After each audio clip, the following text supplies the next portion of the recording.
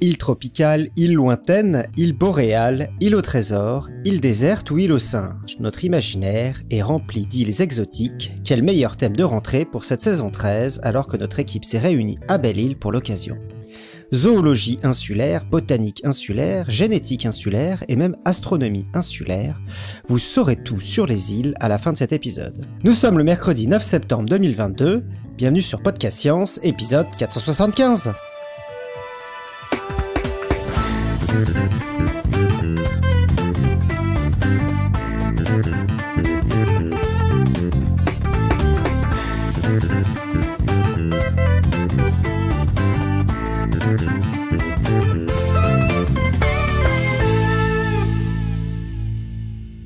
Cette année, nous avons hâte de faire une nouvelle saison avec vous, avec une énergie et une régularité toutes renouvelées. Pour commencer sous les meilleurs auspices, rien ne vaut de se ressourcer pendant les vacances. Et pour prendre de l'avance, nous avons en effet enregistré cet épisode de rentrée depuis Belle-Île-en-Mer, hébergé dans ma maison familiale. Au micro aujourd'hui, Topo. Salut. Moi-même, Johan, Irène. Bonsoir. Et l'irremplaçable Pascal à la technique. Salut tout le monde. En duplex, voire triplex, nous aurons Eléa depuis Strasbourg. Salut. Et Alexa depuis Los Angeles. Salut. Donc je vous propose de commencer par vous annoncer quelques petits changements que nous aurons cette année. Donc nous serons une fois toutes les 2 semaines cette année. Et nous allons prendre le temps avant notre chronique de se présenter chacun d'entre nous pour ceux qui ne connaissent pas et pour annoncer aussi les petits changements dans nos vies respectives. Donc je suis Johan, je suis l'astronome de la bande et je travaille actuellement à l'Observatoire de Paris où j'étudie les exoplanètes en particulier. Et donc aujourd'hui je voulais parler d'univers îles, donc des îles dans l'astronomie. Et comme vous le savez peut-être, ou vous en rendrez compte rapidement, j'aime beaucoup parler d'histoire de l'astronomie.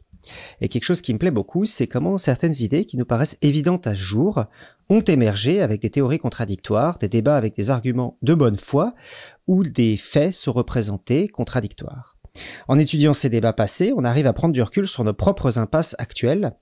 Par exemple, la nature de la matière noire, qui est un débat actuellement sur lequel les astronomes ne sont pas tous d'accord, mais on se rend compte en fait que nous sommes actuellement dans ce type d'impasse en regardant les impasses sur lesquelles les astronomes du passé l'étaient. De savoir qu'on est bloqué sur des choses qui paraîtront évidentes aux astronomes dans 100 ans nous oblige à être plus indulgents avec les astronomes du passé. C'est comme un poisson rouge qui pense que son bocal est l'intégralité de l'univers, ou alors un orang-outan sur l'île de Bornéo, qui n'a pas vraiment de raison de penser que l'île de Bornéo n'est pas l'intégralité de l'univers. Aujourd'hui, je vous demande d'imaginer que vous êtes ce grand singe. L'avancée du savoir en astronomie se fait souvent par 2 canaux complémentaires. Une avancée instrumentale, donc par exemple un nouveau télescope ou un nouveau type de détecteur, et une avancée théorique. Une personne seule ou un groupe d'astronomes font un effort d'imagination pour réanalyser les observations existantes, pour en proposer une interprétation totalement différente qui les explique au moins aussi bien et souvent légèrement mieux. Donc par exemple, l'exemple le plus connu, c'est la révolution copernicienne. Donc quand Copernic et Galilée après lui proposent de renverser le modèle en vigueur pour affirmer que c'est la Terre qui tourne autour du Soleil et non le Soleil qui tourne autour de la Terre. On a souvent tendance à présenter les opposants de cette révolution comme donc juste des croyants de l'Église catholique qui s'accrochent à un dogme incapable de s'adapter aux arguments scientifiques. Mais il faut bien voir qu'au moment de Copernic, les preuves observationnelles sont assez faibles, et il y a même de bons arguments exprimés de bonne foi contre le modèle de Copernic, que je ne vais pas détailler ici. En tout cas, il faut tout de même imaginer le changement majeur qu'il propose et comprendre que pour opérer un tel changement, la communauté d'astronomes de l'époque a besoin de preuves majeures, que Copernic n'apporte pas d'ailleurs. Mais Galilée invente la lunette un peu plus tard, ce qui permet d'apporter des preuves observationnelles. Ce changement de paradigme apporte tout un tas d'autres changements dans la foulée. Si le Soleil est le centre de son système, et que le Soleil est une étoile comme les autres étoiles, alors il y a plein d'autres petits systèmes. Oui. Ouais, je réagis à Galilée qui invente la lunette. C'est pas, il aurait pas genre repris à lui l'idée de la lunette et il aurait un peu, en gros ça existait déjà, mais il l'a juste modifié et dit ouais c'est super, c'est une nouvelle invention. Ou... Alors exactement. En fait, la lunette est inventée, mais tout juste avant aux Pays-Bas. Alors je sais plus le nom exact, vers 1607. Et en fait, Galilée se tenait au courant des avancées scientifiques. Donc dès 1609, il utilise cette lunette qui était plutôt inventée à des fins militaires pour la pointer vers le ciel. Et ça d'ailleurs, c'est un truc qu'on va retrouver beaucoup dans toute l'instrumentation astronomique. La plupart des choses, comme les radars, comme qui vont devenir les radiotélescopes ou ce genre de choses. Donc dès qu'il y a une invention, souvent militaire, elle est utilisée pour servir de détecteur en astronomie.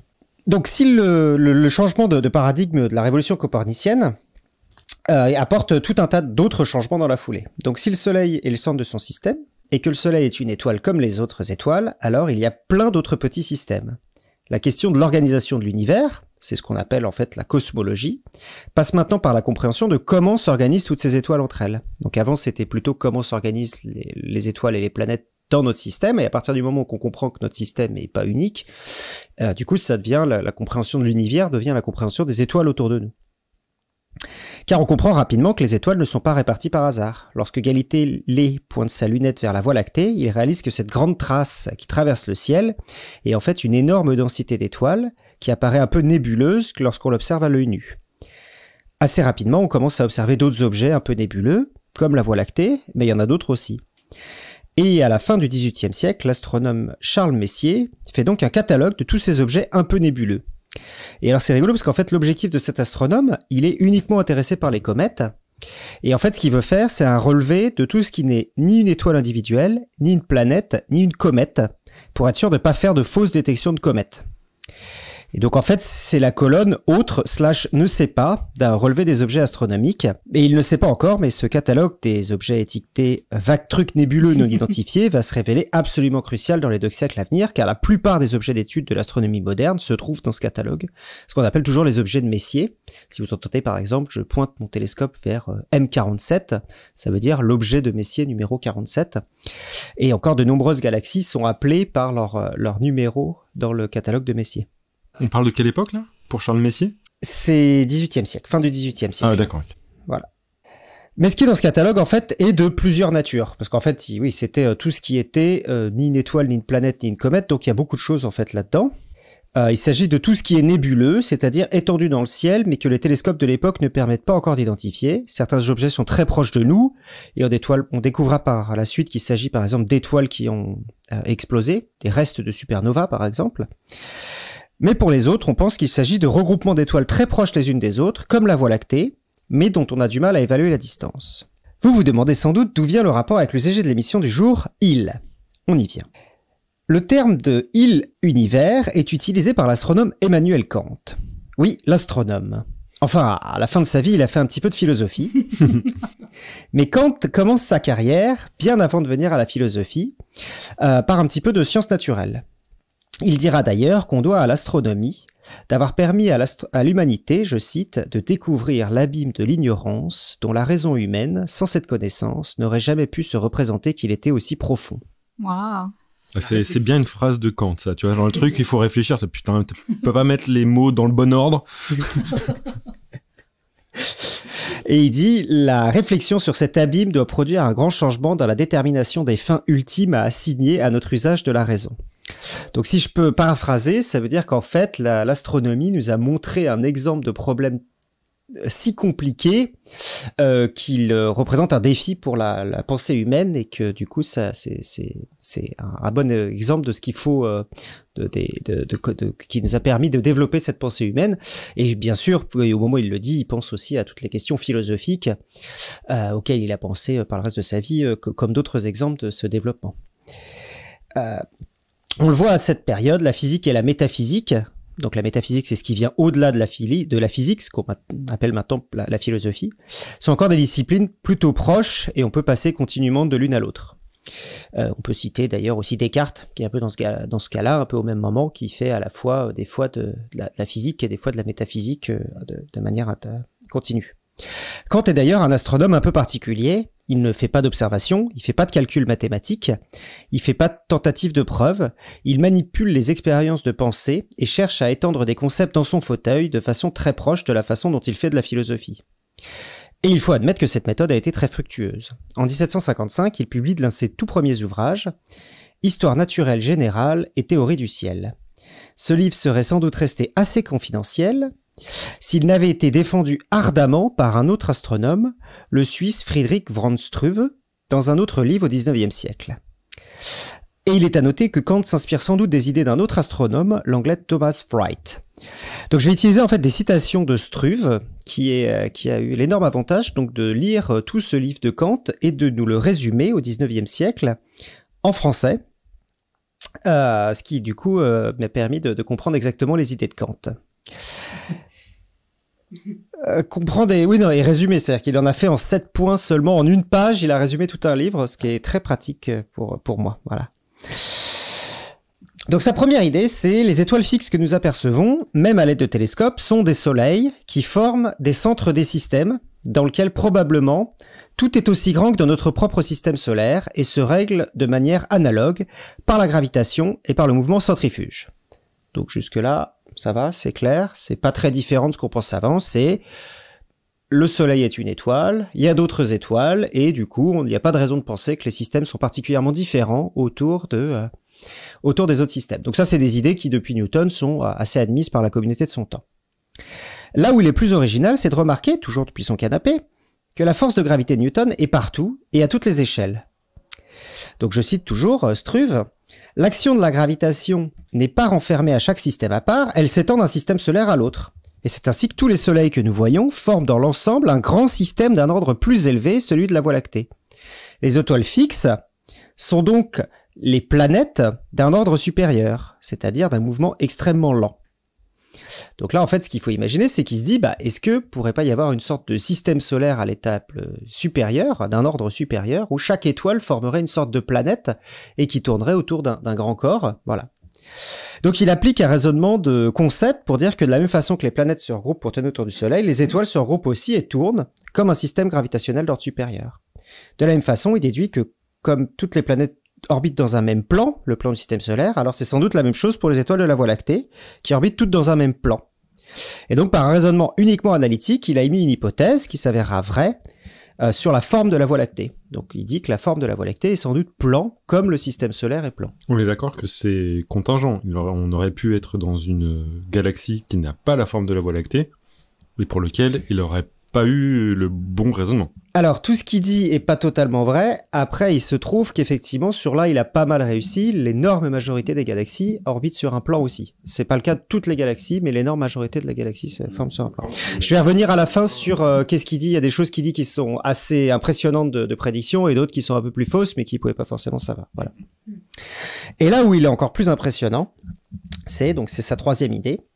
Notre Voie lactée n'est pas l'unique système de cette espèce. Des nébuleuses, donc le terme galaxie n'existe pas encore, donc des nébuleuses de forme elliptique que les télescopes ne peuvent pas résoudre en étoiles, se voient par-ci, par-là dans la voûte céleste. Il s'agit de systèmes semblables, réduits à un petit diamètre apparent par l'immensité des distances qui les séparent de notre Voie lactée.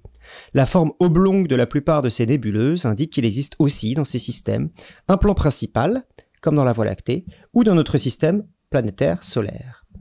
Donc ces systèmes forment aussi un autre système, une sorte de système d'ordre 3, où tous ces amas d'étoiles graviteraient ensemble.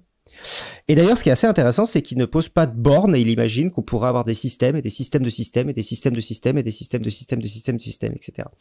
Et donc là où il a une idée absolument incroyable, c'est la gravité ne s'arrête pas au niveau du système solaire. Elle est dans tout l'univers, et du coup, à toutes les échelles, on peut avoir ça. Et donc en fait, quand ses contemporains imaginent que la Voie lactée forme l'intégralité de l'univers et que les nébuleuses en font partie, il imagine que c'est une sorte d'univers littéralement infini, où la Voie lactée ne serait qu'un regroupement local d'étoiles parmi d'autres, et il appelle ces regroupements locaux des univers-îles, et c'est ce que nous appelons des galaxies. Nous sommes des grands singes sur notre île, et il nous est très difficile d'imaginer ce que nous voyons autour de nous, que ce n'est pas l'intégralité de l'univers. La taille absolument phénoménale de l'univers qu'il imagine est d'ailleurs un grand frein pour ses idées auprès des astronomes du 19e siècle.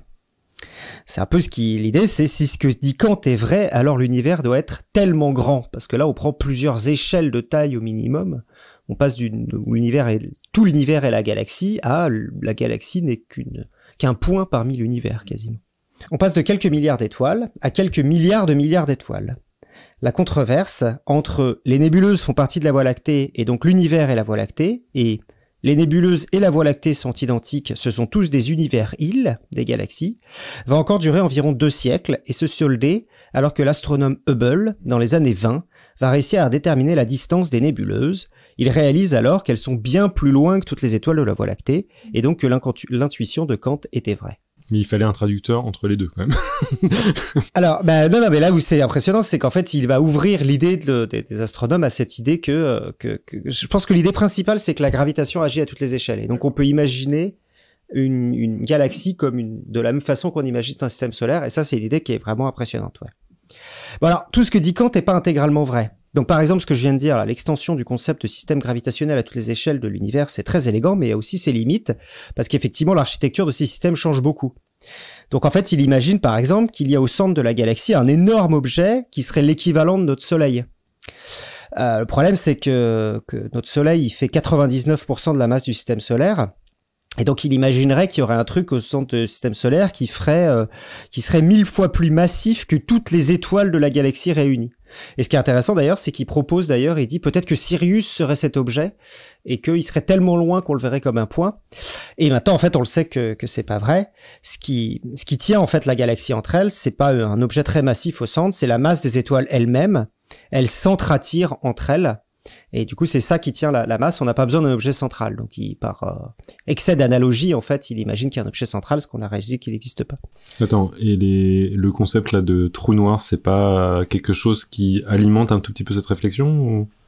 Voilà. Donc, effectivement, au centre de notre galaxie, il y a un trou noir, ce qu'on appelle un trou noir supermassif, et au centre de pas mal de galaxies, même si pas toutes.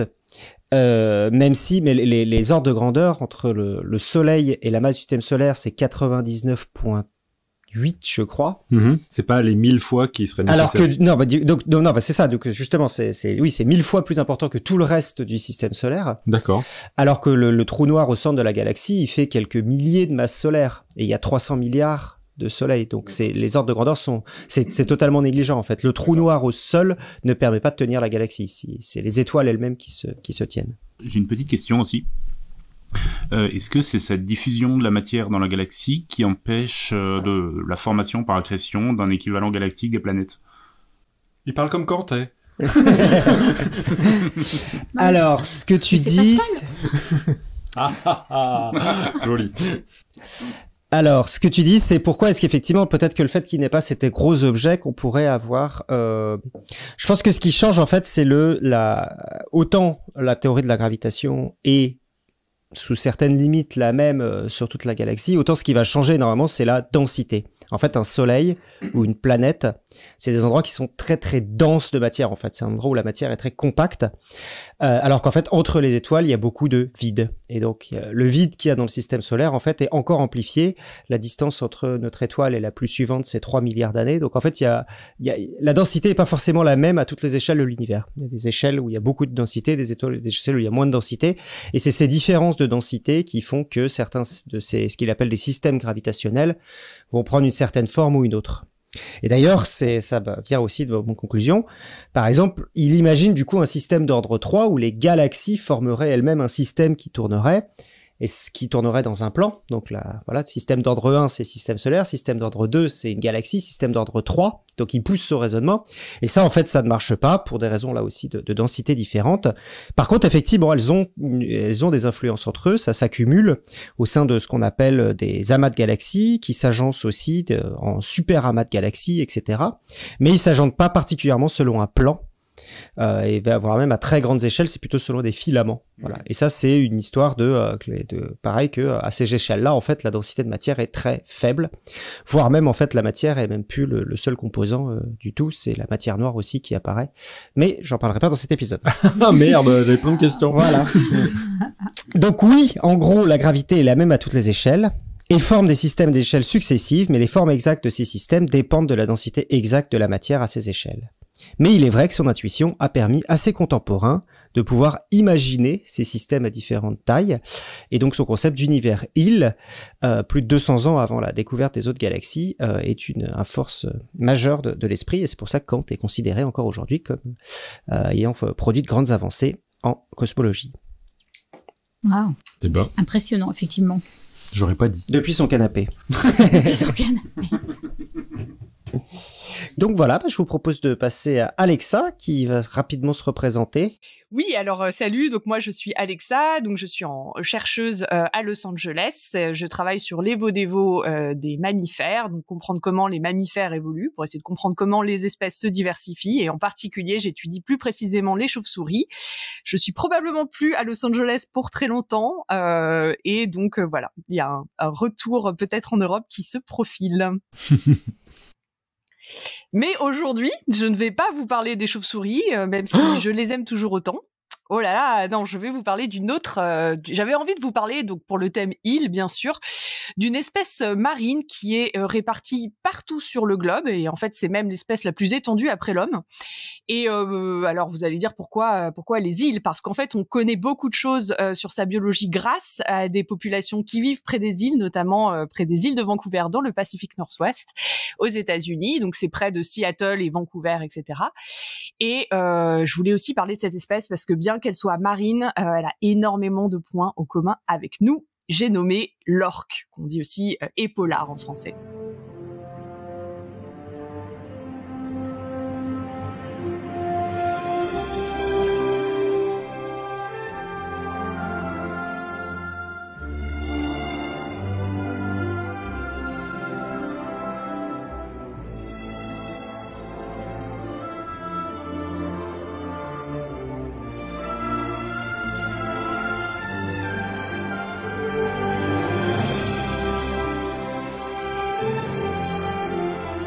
Alors, si vous êtes de la génération 80-90, vous avez sans doute, ça vous a sans doute ramené directement... Sauvez Willy, je buzz. Voilà. Je n'ai jamais vu ce film. Moi non plus. Et ben moi, donc, je l'ai revu pour l'émission, pour préparer l'émission. Ah ouais, là, bravo. Quel Enfin, sacrifice. Putain, les boomers, moi c'est une génération, moi j'ai pleuré devant Sauver Willy. Alors moi mais la musique, juste l'entendre m'a fait limite presque monter les larmes, genre c'est revenu, ça m'a transporté direct en 93. Voilà, alors dans ce film, en fait, pourquoi je voulais en parler rapidement, parce que c'est un des films qui a vraiment mis un peu la lumière sur les orques. Il y en a eu d'autres après, qui étaient beaucoup dans les aquariums comme SeaWorld et des choses comme ça, et qui a un peu montré l'intelligence des orques, des aspects de leur vie, qui ouvre en fait qu'une petite fenêtre sur ce qu'ils sont réellement, comme on va le voir. Mais c'est un film qui a eu quand même un impact très très important pour la prise de conscience de ce que ça voulait dire de mettre ces animaux en captivité, et de leur intelligence, de leur relation avec l'homme, de leur relation entre eux, etc., etc. Donc c'est pour ça que j'avais envie de juste mentionner ce film en introduction. Alors vous savez, les orques, comme je l'ai dit, c'est des mammifères et ça vit dans l'eau. Mais est-ce que vous savez à quelle famille de mammifères les orques appartiennent ? Alors, selon Saruman, ce sont des elfes torturés qui, après, ont généré une race d'organismes maléfiques. Très pratique parce que, en plus, ils n'ont même pas besoin de se reproduire. Pierre Cétacé. Bravo. Alors, il s'appelle Killer Whale en anglais, donc ça donne ce petit côté maléfique. Cétacé, effectivement, c'est un cétacé. Quel type de cétacé ? Est-ce que vous savez ? Odontocètes. Odontocètes, tout à fait. Donc les cétacés avec des dents. Odonto, c'est les dents. Mais en fait, contrairement à ce que leur nom Killer Whale, whale en anglais ça veut dire baleine, peut laisser penser, ce ne sont pas du tout des baleines, mais ce sont des dauphins. Ce qui peut paraître surprenant parce que c'est beaucoup plus gros qu'un dauphin, et voilà, mais ce sont des delphinidés, donc ils font partie des dauphins. Des dauphins, on en a beaucoup d'espèces différentes. Voilà, bon, vous avez sans doute le dauphin commun, Tursiops truncatus, qu'on voit un peu flipper en gros, quoi. Mais en fait, il y a énormément d'espèces de dauphins. Par contre, des espèces d'orques, bon, je vais peut-être nuancer un peu plus tard, mais on en a qu'une seule espèce. Et les belugas, du coup, c'est où ? C'est aussi des dauphins ? Alors oui. Non, alors c'est pas des dauphins. Les belugas, c'est un groupe frère des dauphins. D'accord. C'est un groupe qui est proche. C'est aussi un odontocète, mais c'est pas un dauphin. Mais les orques, par contre, ce sont vraiment des dauphins, et on a une seule espèce. Là où on en a plein d'espèces, on a plein de genres de dauphins aussi. Par contre, l'orque, on a un genre, une espèce. Donc, et c'est quoi le rapport avec les pandas ? La couleur. Aucun. D'accord. La couleur. Ok, merci. Non, ce sont des mammifères. Et ben, tu me permets de faire une transition absolument magnifique. Donc, comme je l'ai dit, je vais parler très brièvement de la biologie de l'orque, parce que c'est pas vraiment là-dessus le sujet sur lequel je veux insister aujourd'hui, et sinon ce serait une émission complète de 3 heures, donc on va peut-être pas faire ça pour une chronique. Donc, comme tu l'as dit, les orques, c'est des animaux qu'on a dans l'imaginaire collectif grâce à des films comme Sauver le Willy, mais aussi parce que c'est des animaux qui sont absolument magnifiques et assez iconiques. Ils sont énormes, ils pèsent peuvent peser jusqu'à 9 tonnes par exemple. Ils sont très longs, jusqu'à 10 mètres. Ils sont noirs et blancs, donc leur corps est entièrement noir. Ils ont le ventre blanc, une petite tache blanche près de l'œil. Voilà, donc on a cet animal qui est immense, qui en fait a un prédateur au sommet de la chaîne alimentaire, puisqu'il n'a pas de prédateur en fait, donc c'est vraiment l'apex des mers. Il peut même chasser des baleines, comme on va le voir. Il chasse des phoques, il chasse des proies qui sont plus grosses que lui. Et il chasse des humains aussi quand même, on peut le dire. Non, et alors il chasse pas. Alors ça aussi, on y reviendra. On n'a pas de cas dans la nature d'orques qui chassent des humains. En revanche, il y a eu des attaques dans les parcs aquatiques, mais ça c'est un autre problème. J'en parlerai brièvement à la fin. C'est sans doute lié au fait que ces animaux sont extrêmement frustrés, mais on n'a pas d'attaque sur l'homme dans la nature. Par contre, ils attaquent parfois des proies qui sont immenses. Et donc ils utilisent pour se déplacer comme les dauphins l'écholocation sous l'eau, donc en émettant des échos qui reviennent. Et comme ce sont des mammifères, ils portent les petits dans leur ventre, donc exactement comme nous. Ce sont des mammifères comme les cétacés qui sont revenus secondairement dans l'eau, donc ils étaient terrestres, ils sont revenus dans l'eau ensuite. Et donc comme nous, ils allaitent leurs petits, qui sort d'ailleurs la queue en premier lors de l'accouchement. Ils ont un nombril exactement comme nous. Ils respirent avec des poumons grâce à leur évent sur la tête qui est une narine modifiée, donc ils font ce bruit quand ils expulsent l'air et qu'ils respirent. Tu le fais bien le bruit. Ouais, c'est impressionnant. Là, très très bonne imitation. Je me suis retourné. Voilà. Et donc du coup, ce qui veut dire, c'est que vu qu'ils respirent de l'air avec leurs poumons, ils retiennent leur respiration en fait. Ils sont en apnée. Ce sont pas comme les poissons, hein, même s'ils ressemblent à des poissons. Il y a des convergences évolutives. Ils ont des nageoires, ils ont une nageoire dorsale, ils ont des nageoires pour nager. Mais en fait, ils ont des poumons. Ils respirent pas. Ils filtrent pas l'oxygène de l'eau grâce à des branchies. Et donc du coup, à votre avis, combien de temps ils peuvent rester en apnée sous l'eau? Plusieurs heures. Eh ben, je pensais aussi, mais en fait non, pas du tout. C'est beaucoup plus court que ça. 30 minutes. Non, c'est même moins que ça, en fait. Il reste en moyenne 15 minutes. Enfin, non, beaucoup moins que ça. En fait, en moyenne, il reste 1 minute, parfois 30 secondes, parfois 2-3 minutes. Quand ils chassent ou des choses comme ça, ils peuvent rester, en général, jusqu'à maximum 15 minutes sous l'eau. Mais pas plus que ça. Ils ont vraiment besoin de remonter à la surface pour respirer sans arrêt. Et d'ailleurs, dernier fun fact un peu morphologique sur l'orque, enfin plutôt biologie de l'orque générale que je voulais aborder, c'est pour ça que comme les dauphins d'ailleurs, dont ils font partie, ils ne dorment jamais complètement. Parce qu'ils ont une respiration qui est volontaire. Nous, on a une respiration qui est involontaire. Quand on respire, on réfléchit pas, c'est quelque chose qu'on fait de façon réflexe. L'orque, pas du tout. Étant donné qu'il retient sa respiration sous l'eau, il choisit quand il respire, etc. Donc, pour dormir, ils ne dorment que d'un demi-cerveau. Il y a un hémisphère qui s'éteint, donc ils dorment quand même, mais environ 5 heures par jour, ils sont dans ces périodes de repos où il reste immobile, il se penche sur le côté, il se laisse dériver un peu. La moitié de l'hémisphère dort, ce qui fait que l'autre peut contrôler la respiration. Et après, ça s'inverse. Et ils font ça de quelques minutes à 30 minutes et ils dorment à peu près 5 heures par jour. Moralité, les orques sont insomniaques et nuls en apnée. Voilà, tout à fait. Enfin, nul en apnée. Relatif, hein. Je crois que le record chez l'homme, c'est quoi, 11 minutes en apnée, quelque chose comme ça, il me semble. Si. Ah ouais. 11 minutes? C'est je crois que ça va autour de 10 minutes. Ouais, c'est autour de 10 minutes. Mais par comparaison, les baleines, ça reste combien de temps sous l'eau? Alors, ça dépend. Alors, il y a alors les baleines, ça dépend lesquelles. Les cachalots, je crois que ça peut rester jusqu'à 90 minutes. Ce qui est long, mais ce qui est pas non plus un truc qui vit sous l'eau en permanence, quoi.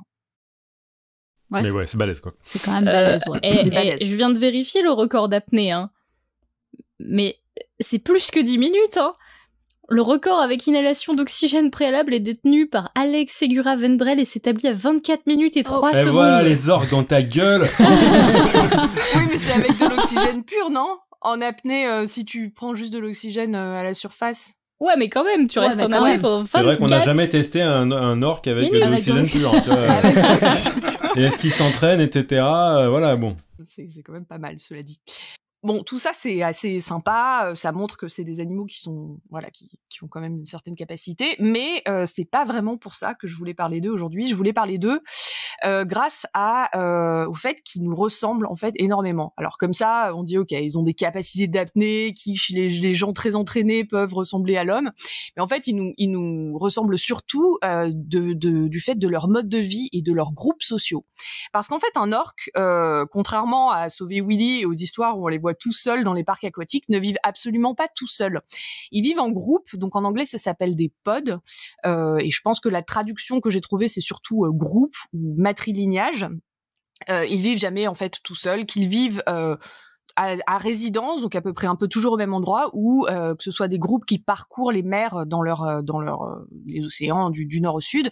Ils sont toujours en famille en fait, parce que les orques restent toute leur vie avec les membres de leur famille. Un matrilignage, donc un groupe d'orques, est dirigé par la femelle la plus vieille.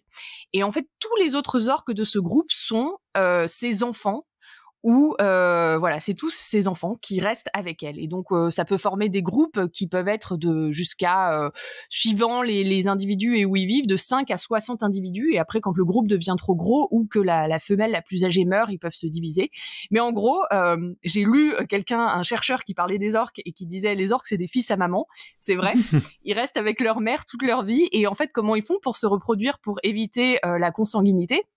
Ce qu'ils font, c'est que les mâles, périodiquement, à la période de reproduction, vont dans un autre groupe, vont se reproduire et reviennent avec leur mère ensuite. Et leur vie, c'est fou, hein. Tu t'es bien amusé, mon chéri. Tu t'es bien amusé, maintenant tu reviens à la maison. Et c'est fou parce qu'ils vivent très longtemps, les orques, en fait. Ils peuvent vivre jusqu'à, alors les femelles, ça peut aller jusqu'à 80-90 ans. Les mâles sont censés être un peu plus jeunes et ça dépend aussi de où ils se situent, en fait, dans le monde.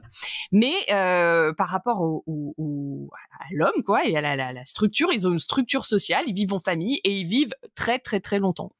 Et du coup, en fait, on a cette structure qu'on retrouve pas vraiment beaucoup ailleurs dans le monde animal et qui fait dire souvent aux gens qui travaillent sur les orques que ils ont jamais rien connu de tel avec un animal et les interactions qu'il peut avoir. Et ce qui est super intéressant aussi, et là on va vous passer des petits extraits audio dans 5 minutes, c'est que chaque groupe a son langage. Ils ne ressemblent pas tellement par le fait qu'ils vivent en famille, mais ils ont aussi des langages par famille, par groupe, et ensuite par groupe un peu plus grand, parce que parfois certains groupes se rejoignent, etc. Les orques en fait peuvent émettre jusqu'à 14 000 sons différents. Alors, les sons qu'ils peuvent émettre, il y en a de différents types. Il y a ceux qui sont utilisés pour l'écholocation, donc qu'ils utilisent pour se repérer, pour chasser, ce genre de choses. Ça leur permet pas de discuter entre eux, c'est vraiment pour se localiser. Ils ont ce qui s'appelle les whistles, donc c'est des petits sifflements qui sont pour des petites discussions à très très courte distance. Mais là encore, on pense qu'ils utilisent ça quand ils chassent, quand ils veulent pas forcément être entendus de tout le monde dans la mer.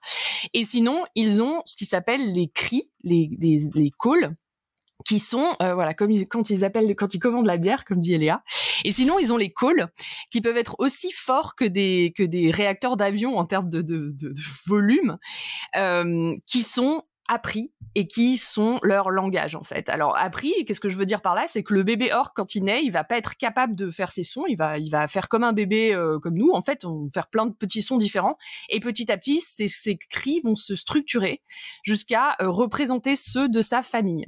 Alors pour vous montrer la différence, Johan, est-ce que tu pourrais passer le son clan A?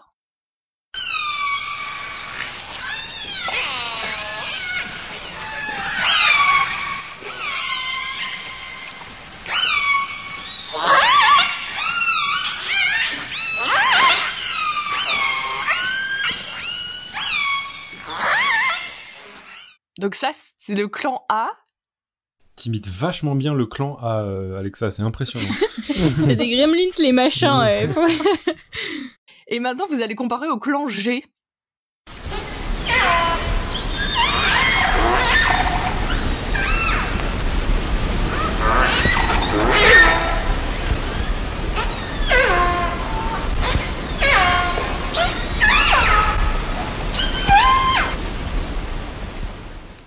Non, ça c'est des Marseillais, ça s'entend tout de suite l'accent.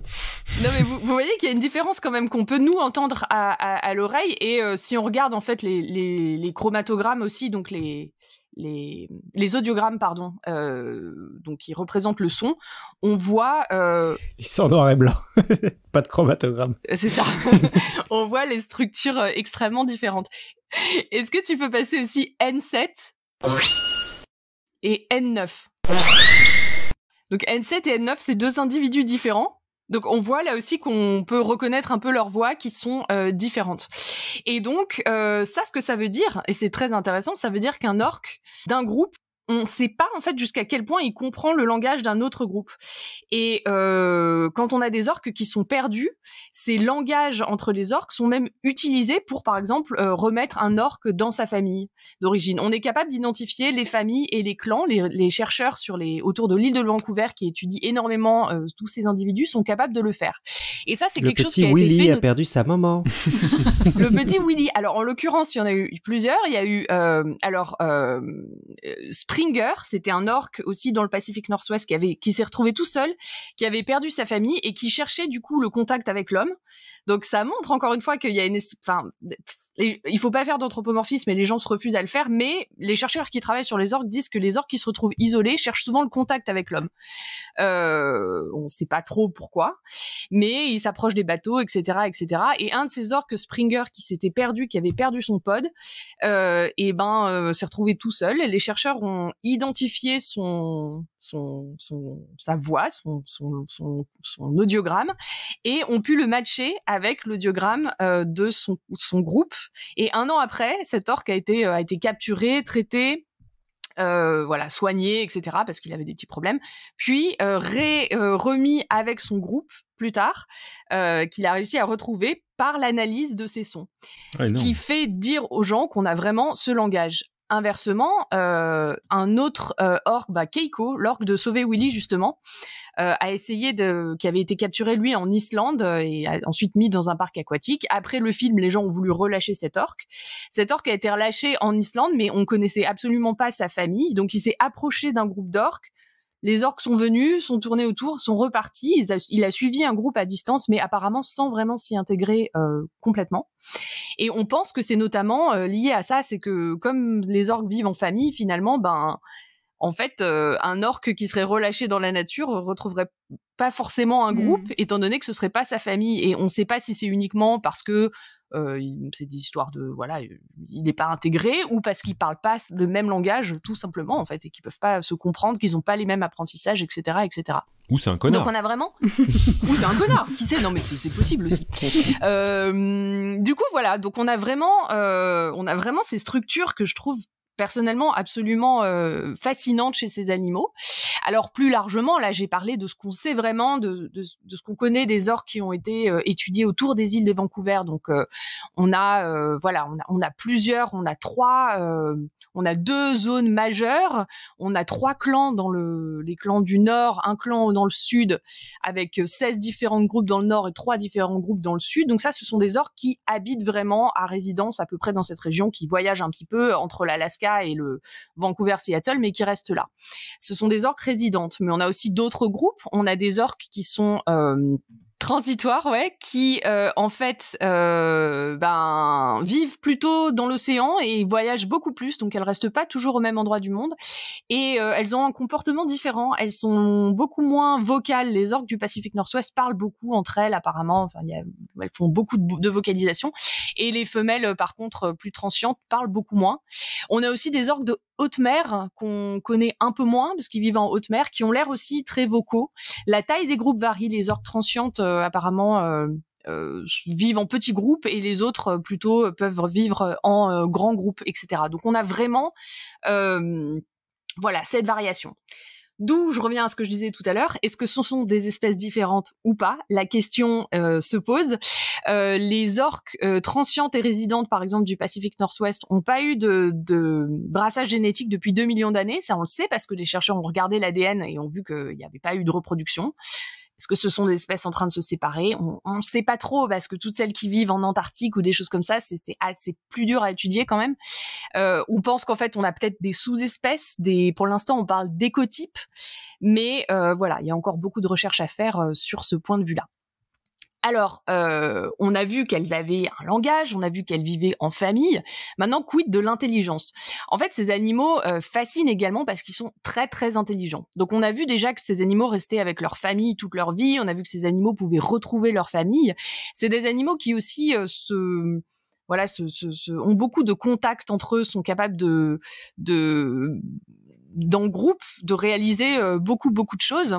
On pense qu'ils ont une certaine empathie et une certaine intelligence. En tout cas, ils ont conscience d'eux-mêmes. Quand on fait le test du miroir, là, qui est un test assez connu pour les animaux, ils sont capables de se reconnaître dans le miroir. Si on leur met des taches de peinture, ils vont interagir, se balancer des bulles pour voir un peu comment ça réagit. Ils ont l'air de comprendre ce qu'ils font. Ils apprennent énormément de choses dans les parcs aquatiques. Ils peuvent apprendre des tours, des choses, ils sont très intelligents pour ça.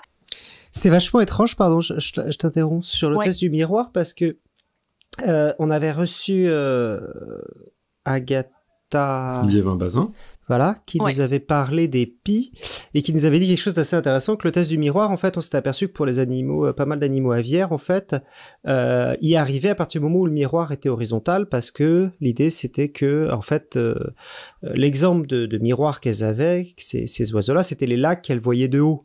Et du coup, si on leur donnait un miroir vertical, ils y arrivaient moins. Mais et du coup, ça me fait penser que pour les orques, en fait, il y a pas de miroir dans l'eau, en fait, donc elles ont pas l'habitude de ça, et du coup c'est assez étrange que il y a pas d'étendue d'eau comme pour les autres animaux où ils peuvent se reconnaître, quoi. Oui, alors peut-être. De toute façon, le test du miroir, c'est pour ça que j'ai dit, c'est un peu controversé quand même. Enfin, mais il y a peu d'animaux qui sont capables de se reconnaître quand même. C'est vrai que dans l'eau, a priori, il y a pas de miroir. Maintenant, si, il y a quand même la surface de l'eau quand tu l'approches. Oui. Tu as un effet miroir.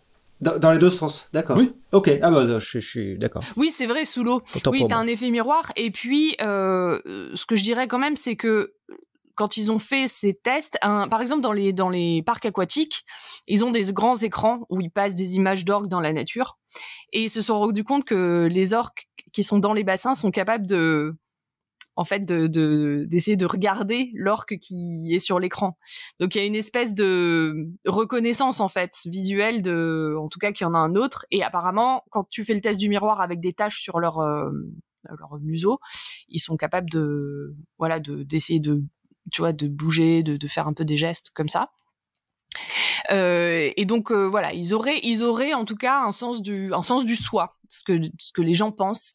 Et si on regarde leur cerveau, ils ont un cerveau qui est extrêmement girifié, donc très avec toutes ces petites circonvolutions là, avec un indice très très fort. Et ils ont même dans la région des émotions, le cortex insulaire qui processe les émotions est même plus gros que le nôtre. Et il y a même des papiers des papiers scientifiques qui disent qu'ils ont même certaines régions dans les régions qui nous sont associées à l'empathie que nous on ne possède pas.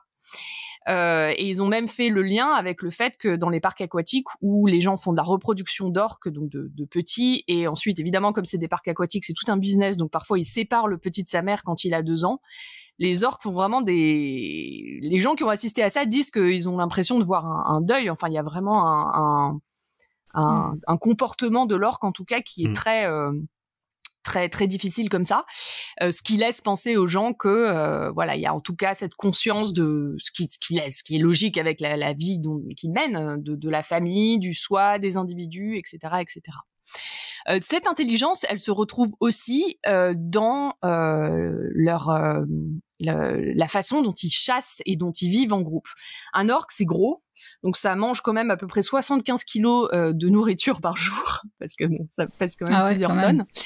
Et pour chasser, ils chassent. Il y a des choses absolument incroyables. Par exemple, pour attraper les phoques, ils vont se mettre tous ensemble. Donc ceux qui sont plutôt dans l'Arctique ou dans l'Antarctique. Ils vont se mettre tous ensemble autour d'un iceberg, par exemple, et vont faire des vagues pour pousser l'iceberg et attraper le phoque. Donc c'est vraiment des attaques coordonnées. Ils sont capables d'apprendre des choses aussi. Par exemple, pour les éléphants de mer, dans les îles Crozet, donc plutôt dans les océans du Sud, je crois que c'est au bout de l'Afrique, enfin vraiment, plus vers l'Antarctique en fait, ils sont capables de se beacher sur la plage. Donc ils arrivent sur la plage, ils s'échouent sur la plage pour choper un éléphant de mer et revenir dans l'eau. Et ça, c'est un comportement, encore une fois, qui est appris culturellement dans certains groupes. Et les orques, les mères entraînent leurs petits à faire ça. Et ils les entraînent même des fois avec des algues à la place des éléphants de mer pour les apprendre en fait à se beacher, à revenir, parce que ça comporte un risque évidemment de faire ça, parce qu'ils peuvent s'échouer. Voilà, pour apprendre ce comportement, pour attraper des éléphants de mer. Certaines populations ne mangent par exemple que des poissons. Ils ont une écolocation si précise qu'ils sont capables d'identifier le type de poisson à leur vessie natatoire. Donc ils envoient un écho et ils sont capables de capturer uniquement cela. Les orques peuvent même tuer des baleines bleues. Vous voyez un peu la taille du truc. Ils sont capables de se mettre à plusieurs et d'attraper une énorme baleine comme ça. Parfois ils sont aussi un peu piqués sur ils mangent qu'une partie de l'espèce qu'ils capturent. Difficile, merci. Quand ils capturent des requins, ils sont capables de capturer les grands requins blancs, donc c'est pour ça que c'est un peu l'apex du prédateur quand même. Ils attaquent un requin, ils vont manger uniquement son foie, et parfois sur certaines baleines, ils peuvent manger uniquement que la langue. Donc il y a des différentes choses comme ça qui arrivent. Et c'est enfin, ils attaquent normalement pas l'homme dans la nature. Hein. Et on voit même ces comportements se reproduire dans les parcs aquatiques où a priori ils ont quand même du poisson à volonté qu'on leur donne. Et en fait il y a des vidéos à SeaWorld où en fait ils régurgitent un poisson qu'on leur a donné pour attirer les oiseaux. Et quand l'oiseau vient pour choper le poisson, on chope l'oiseau. Et c'est des comportements qu'ils ont a priori, certains sont nés en captivité. Je veux dire, c'est pas des choses qu'ils ont, peut-être les autres orques de l'aquarium leur ont appris, mais en tout cas, c'est des comportements de chasse qui sont recréés dans ces parcs aquatiques. Donc voilà, donc on a tous cette façon, et oui, alors je voulais juste finir là-dessus pour ça, c'est que attraper des poissons, donc les différents régimes alimentaires dépendent des groupes. Donc on a vraiment cette sorte de culture à la fois par ce qu'ils mangent, dans la façon de chasser, etc. Et on se rend compte que différents groupes qui sont à différents endroits du globe ont différentes techniques, de la même façon qu'ils ont différents sons et langages à mettre entre guillemets évidemment. Ils ont toute cette sorte de culture qui est complètement acquise et qui est transmise de génération en génération, d'un clan à l'autre. Parlons de la fin de vie justement, pour terminer quand même. L'orque, c'est aussi très intéressant parce que ça fait partie des rares animaux qui ont de la ménopause. Là aussi, ça rappelle chez l'homme. On a plusieurs autres dauphins, cétacés, on va dire plutôt que dauphins.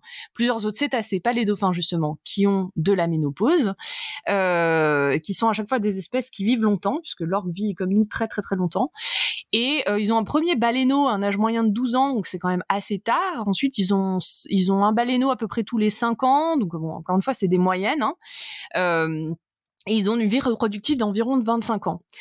Vie reproductive de 25 ans, ils commencent à 12 ans, ça veut dire qu'ils ont parfois jusqu'à 30 à 40 ans derrière de ménopause pour les femelles. Ce qui est fou dans la nature quand on y pense. Et là encore, ça fait un peu penser à l'homme, ça fait penser à l'intérêt pour les orques plus âgés qui ont plus d'expérience, qui vont mener le clan. On va avoir cet investissement dans les petits qui va être beaucoup plus long. Également, donc on aura cet effet de l'expérience, et le vieillissement des animaux plus vieux ici auront vraiment toute une importance sur le groupe. Et du coup, évidemment, ça intéresse beaucoup les gens de savoir pourquoi ils ont la ménopause. Il y a beaucoup de comparaisons qui sont faites, etc. Donc voilà, c'est un dernier fait assez intéressant sur ces animaux qu'on comprend encore pas trop, mais qu'on essaye d'étudier de plus en plus. Et juste pour finir, je voudrais finir sur la captivité. Je pense que je vous ai raconté tout ça, ça vous fait quand même penser à mettre ces orques en captivité, ce que ça veut dire par rapport à d'autres animaux. On se retrouve à des animaux qu'on sépare de leur groupe, qu'on sépare de leur famille, qu'on met parfois avec d'autres orques qui ont été capturés ailleurs, donc qui n'ont pas du tout le même langage. En captivité, on se rend compte, je vous conseille le documentaire Blackfish qui est sorti il y a quelques années, qui avait fait grand bruit aux États-Unis et qui est très très bien, qui est sur cette orque qui avait tué une dresseuse à SeaWorld, je crois, à Orlando. Ce qui n'arrive jamais dans la nature, mais ce qui arrive ici parce qu'on pense qu'ils sont extrêmement frustrés, ils ont pas c'est des animaux qui quand même parcourent des distances incroyables dans la nature, donc ils sont pas qui quand on les met dans un aquarium s'ennuient tout simplement.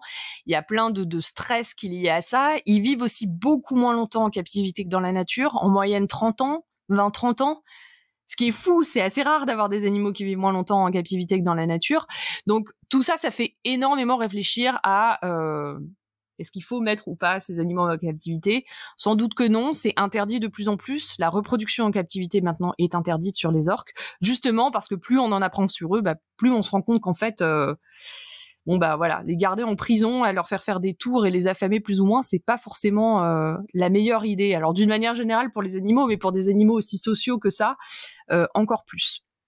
Donc voilà, donc ça fait un peu tout ça réfléchir. Alors pour préparer cette chronique, j'ai en fait regardé énormément de documentaires, il y en a beaucoup, on va tous vous les mettre dans les notes d'émission, que ce soit des documentaires sur ce qui se passe à SeaWorld, sur des parcs aquatiques, mais aussi des documentaires sur leur vie. En général, il y a aussi un livre que je vous recommande qui s'appelle Of Orca and Men's de David Neuwirth, je ne sais pas s'il est traduit, je pense que oui, il faudrait regarder, qui donne des choses un peu générales sur la biologie de l'orque, et voilà, donc n'hésitez pas à aller voir un peu tout ça. Alors moi, je voulais juste rajouter une anecdote sur les orques. L'année dernière, il y a eu des attaques d'orques qui ont été très très sérieuses au large du Portugal. Oui. Il y avait des bandes d'orques qui se sont mis à attaquer des bateaux, et notamment des voiliers. Et il n'y a pas eu de pertes humaines, mais il y a eu des gros dégâts sur les bateaux. Et si vous regardez sur YouTube, justement, il y a des vidéos, c'est vraiment très très impressionnant. Et il y a beaucoup de gens en voilier qui hésitaient beaucoup à transiter au large du Portugal parce que c'était vraiment très sérieux, il y en a eu plusieurs. Et les chercheurs se demandent toujours qu'est-ce qui s'est passé en fait. Alors cette année, on n'en a pas trop entendu parler, mais l'année dernière, c'était très sérieux.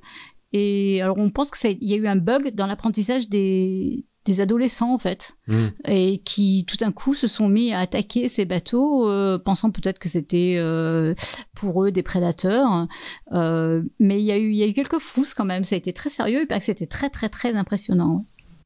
Oui, alors je crois que j'ai une vidéo comme ça d'ailleurs de ça dans les liens que je vous mets. Alors moi, ce que j'ai lu du coup, j'en ai pas parlé en détail, donc merci de le rappeler parce que c'était déjà long. Mais en fait, alors ce que j'ai vu des derniers trucs qu'ils disent effectivement, c'est qu'ils pensent que c'est des adolescents, que c'est un comportement appris. Donc c'est un truc un peu culturel pour ce groupe. Justement, voilà.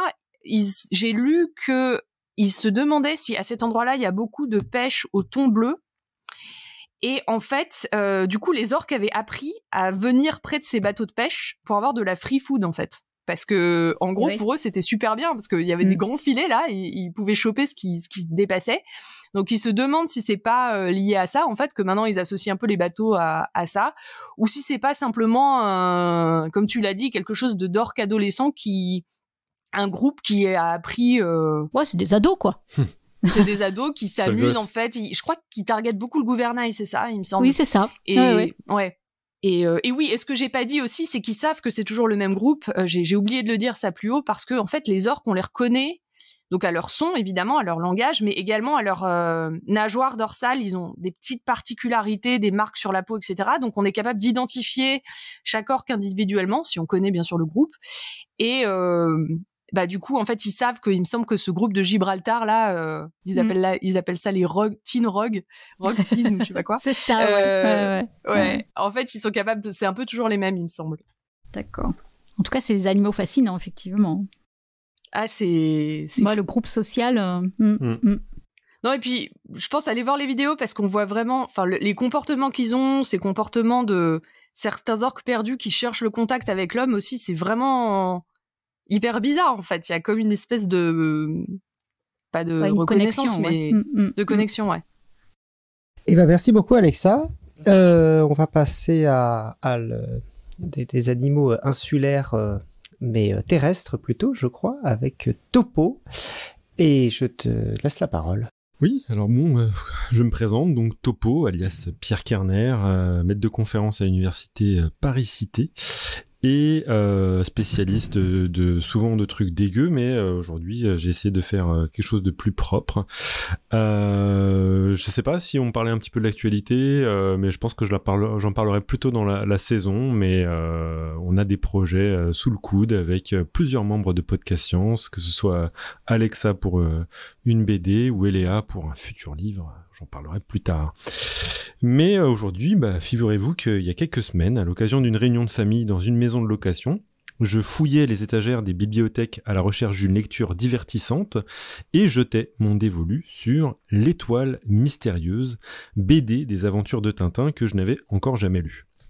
Quel heureux hasard, car je peux aujourd'hui mettre à profit cette lecture spontanée à l'occasion d'une nouvelle réunion de famille, celle du cœur, car j'enregistre cette chronique à l'occasion de notre retraite podcast-scienteuse annuelle. En effet, en parfaite adéquation avec la thématique de cette émission, L'Étoile mystérieuse évoque la création d'une île après la chute d'un aérolithe géant, comprenez météorite en langage RG. Composée d'un métal inconnu, l'île se voit dotée de propriétés étranges, notamment celle de faire croître démesurément certains organismes, champignons, pommiers et araignées. C'est une première incursion du fantastique dans les aventures de Tintin, mais cette BD n'est pourtant pas totalement dénuée de fondements scientifiques, notamment à la lumière des phénomènes évolutifs ayant cours sur les îles. En effet, des organismes atteints de gigantisme sur les atolls, ça existe bel et bien. Certes, c'est moins explosif et rapide que la croissance des champignons des aventures de Tintin, mais cela reste un phénomène évolutif réel, surnommé gigantisme insulaire. Mais avant de continuer, j'ai besoin de vous poser une question urgente. Aimez-vous les caramels mous ? Oui. Je la refais. Oui. Répondez-moi, aimez-vous les caramels mous ?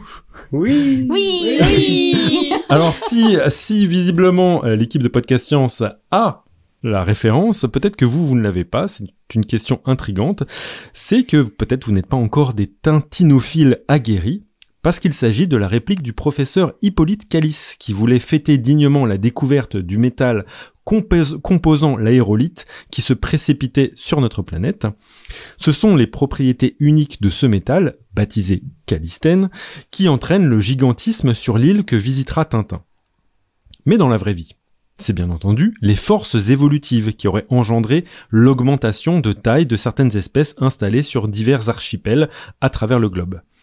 Parmi les exemples les plus célèbres, vous avez de terribles monstres comme les aigles géants de Haast, des rapaces de Nouvelle-Zélande qui pesaient près de 15 kg, soit 2 fois plus lourds que nos plus grandes espèces d'aigles actuelles. C'est pas mal, hein ? Mais ce qui peut impressionner le plus, c'est la taille de leur proie. En effet, les aigles de Haast chassaient les moas, des oiseaux herbivores à l'apparence d'autruches, dont les plus gros spécimens pesaient près de 230 kg pour 2 mètres de haut.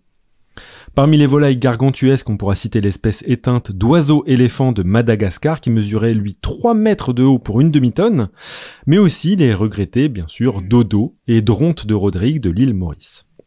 Mais il n'y a pas que la basse-cour qui enfle sur les îles, et vous pourrez ainsi y croiser des varans géants comme le célébrissime dragon de Komodo, les rats géants de Flores qui atteignaient un bon demi-mètre, le crabe des cocotiers qui pèse près de 5 kg pour un diamètre de 1 mètre et dont les pinces sont suffisamment puissantes pour casser des noix de coco, le weta géant de Nouvelle-Zélande qui est une sorte de sauterelle dont le corps atteint 10 cm de long, sans compter les antennes, et, pour faire plaisir à Eléa, il faut mentionner le fait que la Nouvelle-Zélande abrite même une flore qui peut atteindre des tailles colossales, comme les méga-herbes de l'île Campbell ou Anderby. C'est tout pour la botanique, hein. Je vais pas plus loin. Merci, j'apprécie l'effort. J'avoue, j'ai une phrase de plus, mais bon, un peu plus tard. Le gigantisme des champignons explosifs et des araignées monstrueuses a beaucoup occupé Tintin lors de son exploration de l'aérolithe immergé, mais s'il avait eu plus de temps, peut-être aurait-il fait la découverte que certaines espèces, plutôt que de grandir démesurément, y rapetissaient de manière spectaculaire. Cela aurait en effet été le cas si Hergé s'était inspiré d'un véritable phénomène de rétrécissement que semblent subir certaines autres espèces insulaires par rapport à leurs congénères continentaux, un phénomène qu'on appelle le nanisme insulaire. Ce phénomène est particulièrement frappant lorsque les espèces évoquées sont des pachydermes tels que l'éléphant nain du Sulawesi, le stégodon nain de Florès, l'hippopotame nain de Crète ou encore le mammouth nain de Sardaigne qui mesurait 1,4 mètres au garrot pour une demi-tonne. Vraiment très gentil petit mammouth. Mais parmi les animaux géants qui rétrécissent, ceux qui peuvent encore plus impressionner sont bien entendu les dinosaures, comme ceux découverts dans les chaînes de montagnes roumaines de Bohême-Moravie. Alors, si on parle d'îles, il y a un petit bug, c'est que ces chaînes, qui taquinent aujourd'hui les 800 mètres d'altitude, se trouvaient durant le Crétacé supérieur dans la mer tétisienne alpine. C'est le paléontologue hongrois Franz Nopcsa qui a découvert un riche gisement fossile dont les spécimens, version réduite de la plupart des spécimens de dinosaures connus de l'époque, lui auraient donné l'intuition qu'il peuplait une île, qu'il surnomma d'ailleurs Hateg, nom de la ville roumaine la plus proche.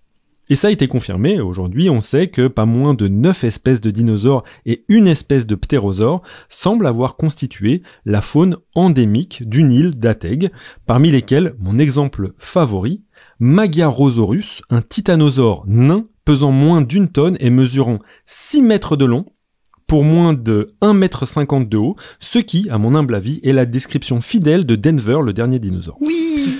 En tout cas, c'est clairement l'ADN de ces espèces de l'île d'Hateg qu'il aurait fallu cloner pour obtenir un Jurassic Park kid-friendly, plutôt que l'horreur qu'on a obtenue, permettant des balades à dos de sauropodes. Ça aurait été quand même autrement plus classe. Alors juste, Topo, je tiens à dire que tu ne peux plus rien dire contre la géologie. Pourquoi ? Bah parce que là, c'est la géologie qui a permis de... Non, ça s'appelle la paléontologie et c'est de la biologie figée dans de la roche. On s'en fout de la roche. La roche, c'est ce qui est autour, ce qui est intéressant. Tu vois ? Pas que la géologie, ouais. En gros. C'est ça, hein ? C'est un obstacle aux découvertes. Bon.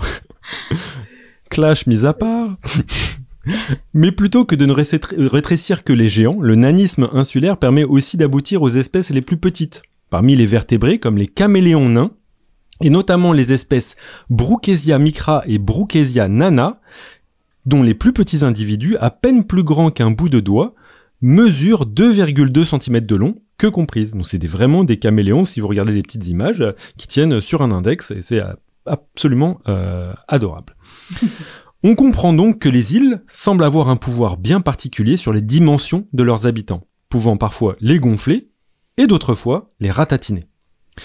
C'est connu des évolutionnistes depuis bien longtemps et ce phénomène porte un nom, le nom de loi de Foster, du nom du mammalogiste, c'est le vrai nom des spécialistes des mammifères, le docteur J. Bristol Foster, qui a en 1964 comparé 116 espèces insulaires par rapport à leur variété continentale et formalisé les tendances au nanisme et gigantisme insulaire. C'est ensuite, en 1973, le théoricien évolutionniste Leigh Van Valen, le même qui se cache derrière d'ailleurs le nom de la théorie de la reine rouge évoquée dans plusieurs épisodes de Podcast Science, comme l'épisode 468, Alice au pays des sciences.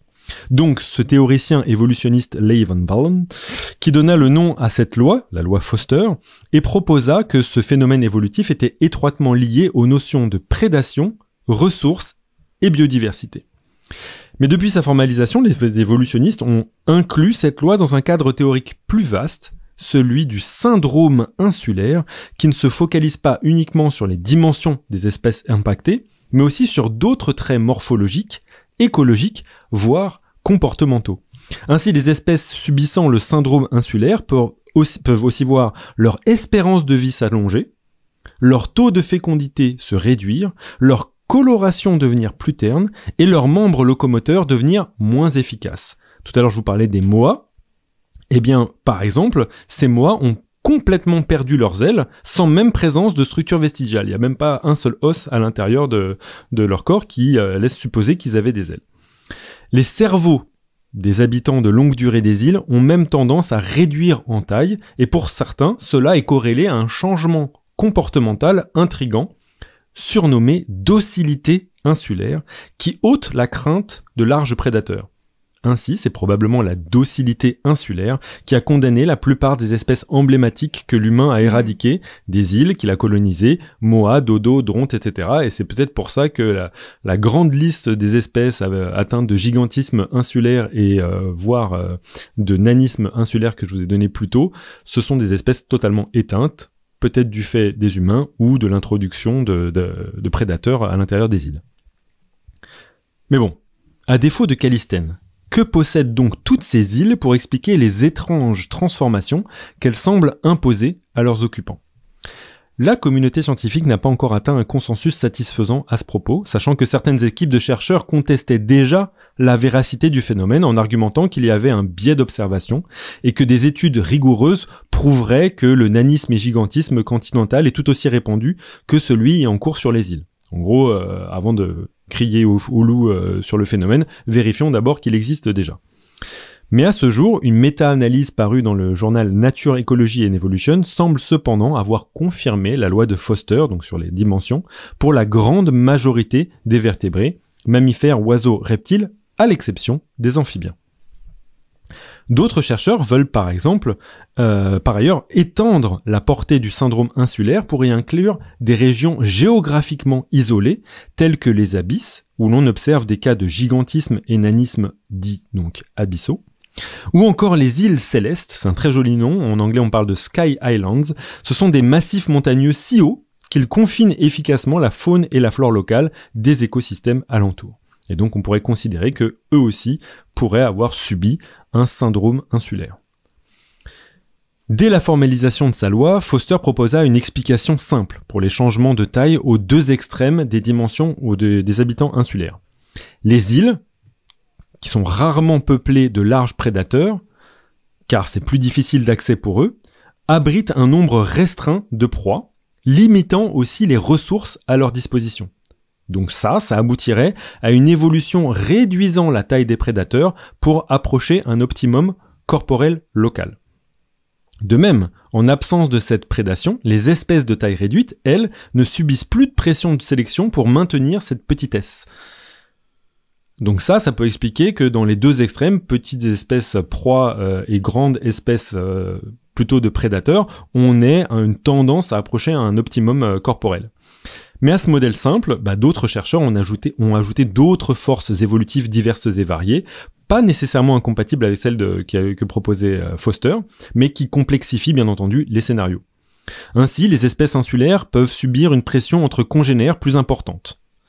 En effet, ils sont plus proches les uns des autres, et ça amène à une pression de sélection particulière. Il peut aussi y avoir une limitation des interactions entre prédateurs et proies, mais aussi pousser à des associations originales. Ainsi, sur certaines îles, des plantes recourent à des pollinisations étonnantes, puisqu'elles n'ont plus les insectes à disposition, en tout cas les insectes qui leur permettent leur pollinisation, et donc il y a certaines plantes, par exemple, qui vont avoir comme pollinisation celle qui est exercée par certaines espèces de lézards. Et pour citer, bien entendu, il y en a plein d'autres, comme par exemple l'effet fondateur, c'est-à-dire que c'est juste une petite population qui peuple des îles, et donc c'est un effet génétique, ce qu'on appelle la dérive génétique, qui expliquerait qu'on ait un nanisme ou un gigantisme ou d'autres aspects du syndrome insulaire. Mais moi, bien entendu, mon explication préférée, ma pression sélective préférée parmi toutes, c'est qu'on a observé sur ces îles qu'elles étaient souvent pauvres en espèces parasitaires, et donc elles offraient des havres évolutifs suffisamment relax pour que les espèces gonflent en taille. Donc quel dommage que Tintin n'ait donc pas pu rester suffisamment longtemps sur l'aérolite du professeur Kallis pour effectuer des études évolutives plus poussées. Cependant, il aurait pu lui-même subir les effets de la loi Foster. Et déjà que Tintin n'est pas bien grand, il aurait pu réduire drastiquement en taille à l'instar d'une espèce d'humain découverte sur l'île de Flores et surnommée le Hobbit.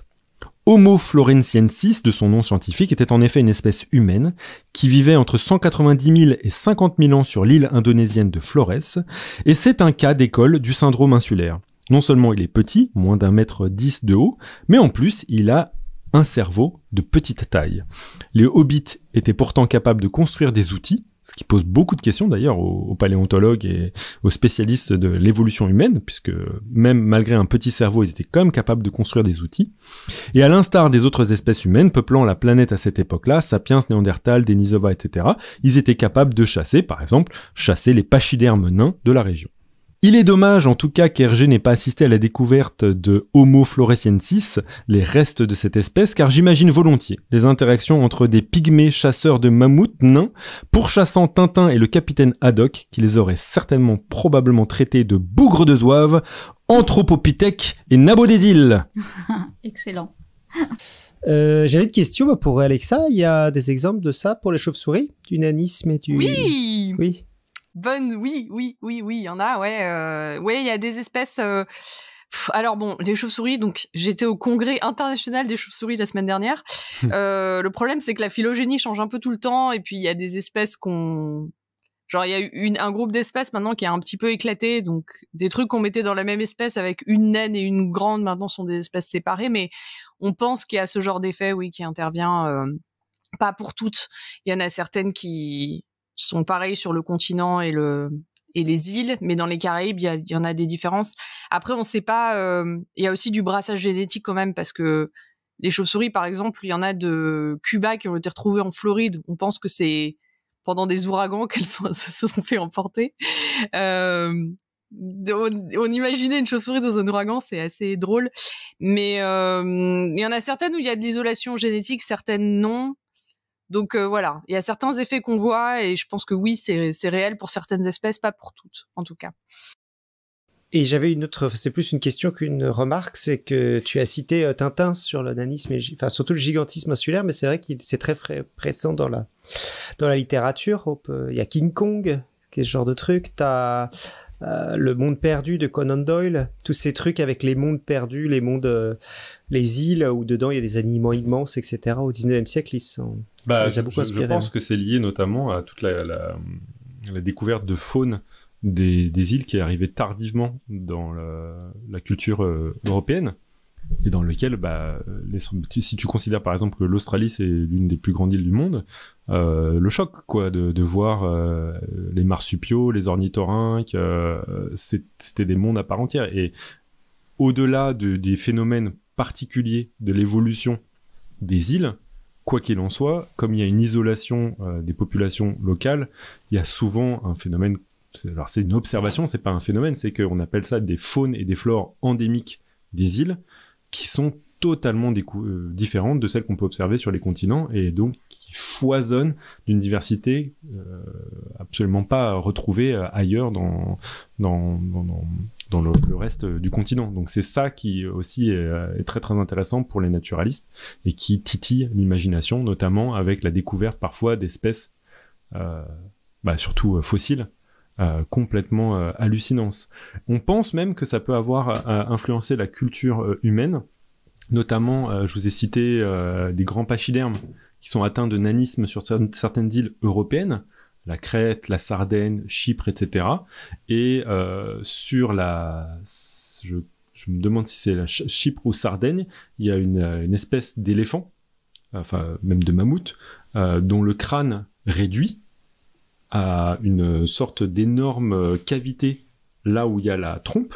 Quand on regarde le crâne, on a véritablement l'impression de voir un énorme crâne d'un humain avec un seul orbite, alors que c'est pas du tout le cas, et qui aurait peut-être entraîné le mythe du cyclope. Donc il y a deux théories pour comprendre d'où vient le mythe du cyclope. L'un, c'est les mammouths nains de certaines îles près de la Grèce et en Méditerranée. Et l'autre, c'est des humains qui sont atteints de cyclopie, certaines malformations. Merci Topo. Et donc nous allons passer à la chronique d'Eléa, qui va nous parler, pour une fois n'est pas coutume, non pas de botanique, mais de génétique. Oui, c'est mon tour. Donc moi, c'est Eléa et je suis biologiste aussi. En ce moment, j'ai un projet de recherche qui concerne les propriétés médicinales de la famille du chou. Ne vous moquez pas, c'est un vrai sujet. C'est chou. Et c'est chou.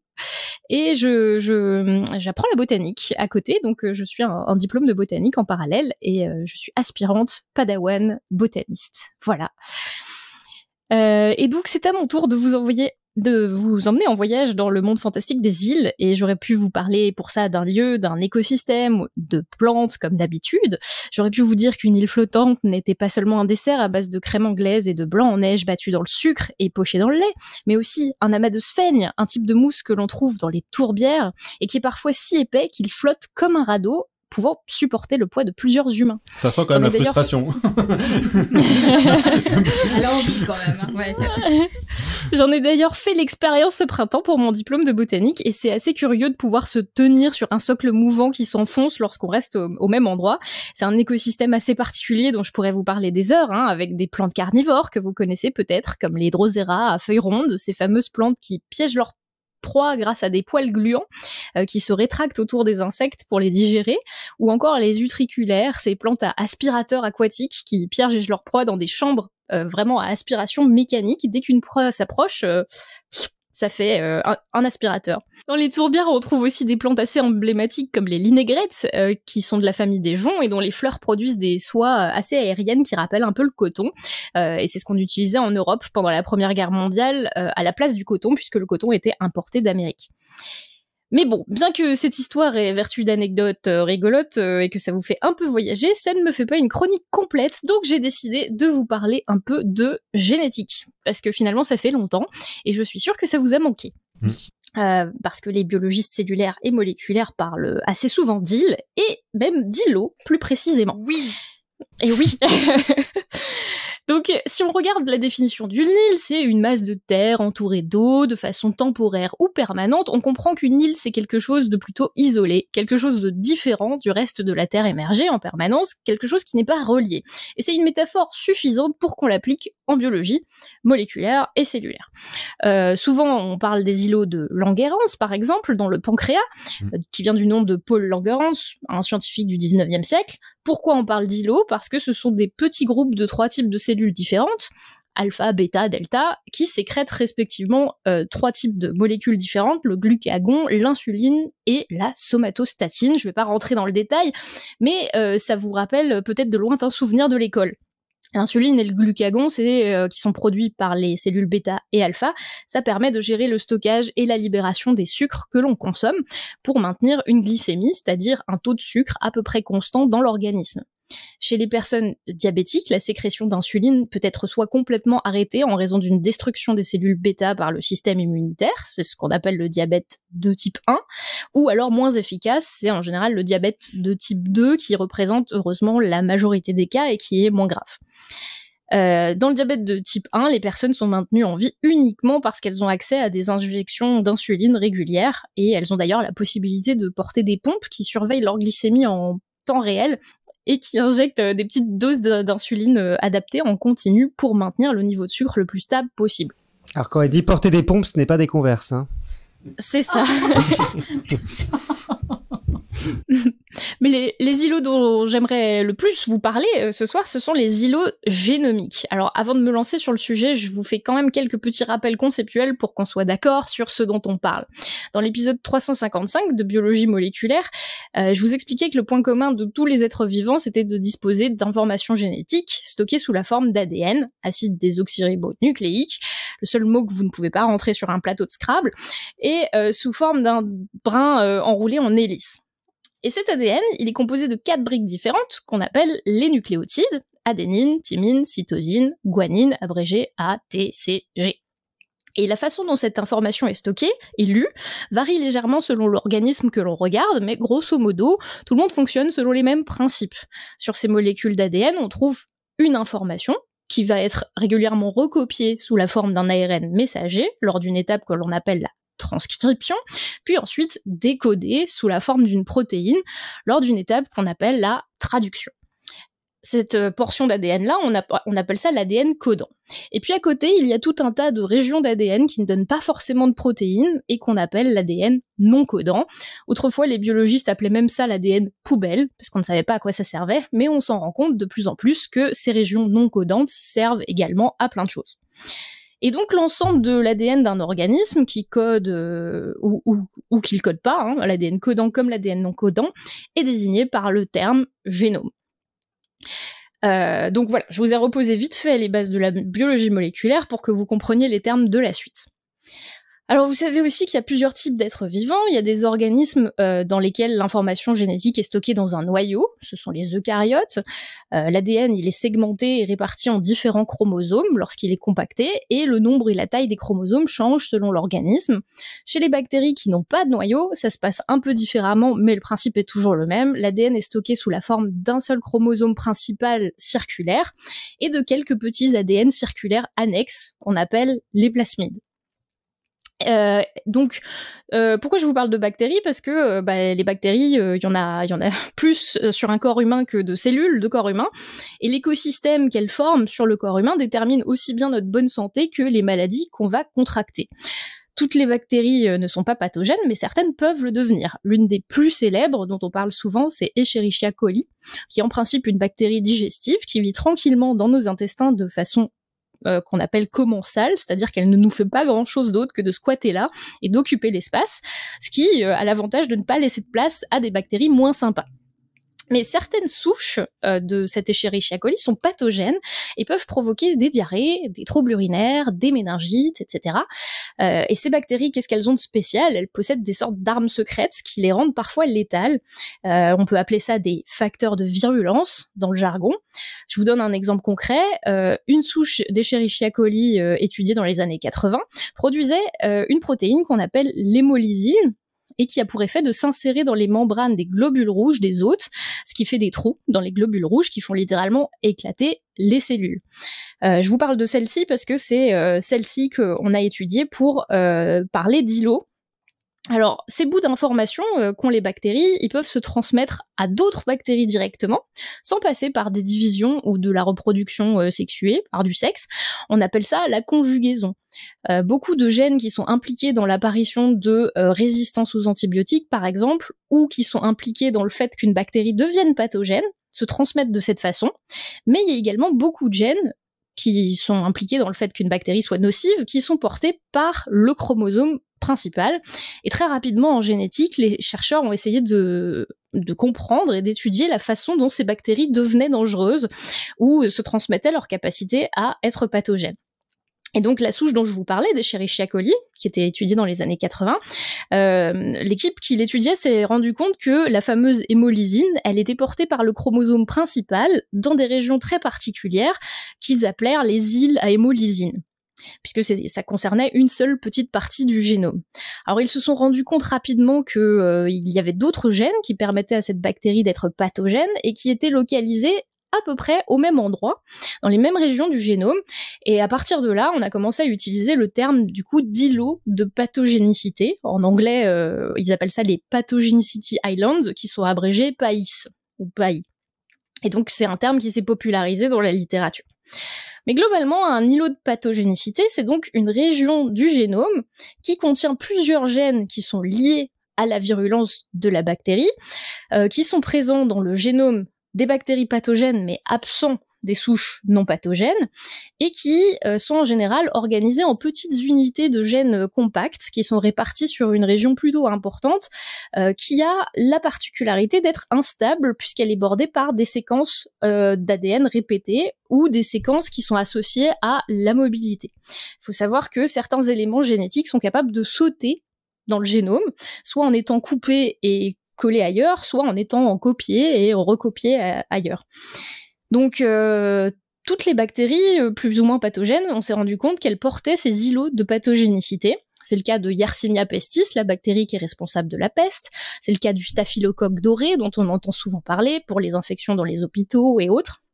Mais avec les progrès du séquençage du génome, puisque maintenant on peut désormais séquencer et annoter même des grands génomes en l'espace de maximum quelques semaines, les scientifiques se sont rendus compte que les îlots génomiques s'étendaient à bien plus de fonctions que juste la virulence. On retrouve des îlots qui correspondent à des facteurs importants pour la symbiose, pour le métabolisme des bactéries, pour la résistance à certains environnements. Et donc on retrouve par exemple des gènes de résistance de bactéries qui vivent dans des milieux riches en fer, riches en métaux lourds, etc. Donc il y a tout un tas de ces gènes qui permettent aux bactéries de s'adapter à toutes les situations. Et ces îlots génomiques, ils peuvent être transmis par des bactéries entre elles ou par des virus de bactéries qu'on appelle les bactériophages. D'ailleurs, les gens qui travaillent dans l'évolution se sont vite rendus compte qu'au-delà du fait de pouvoir avoir des mutations ponctuelles quand on recopiait l'information, lorsqu'un organisme se divise, le fait qu'il y ait de grandes régions génomiques comme ça qui puissent être transférées, dupliquées, tronquées, modifiées, eh ben c'était un moteur très efficace pour l'évolution des espèces de bactéries, et c'est probablement ce qui explique leur succès évolutif et qu'on les trouve un peu partout sur la planète. Est-ce que vous avez des questions jusque-là? Sinon, je continue. Tu décris quand même des trucs là qui sont relativement récents, j'ai l'impression. À quel point c'est récent? Est-ce que par exemple, toi, t'as appris ça à l'école ou est-ce que c'est...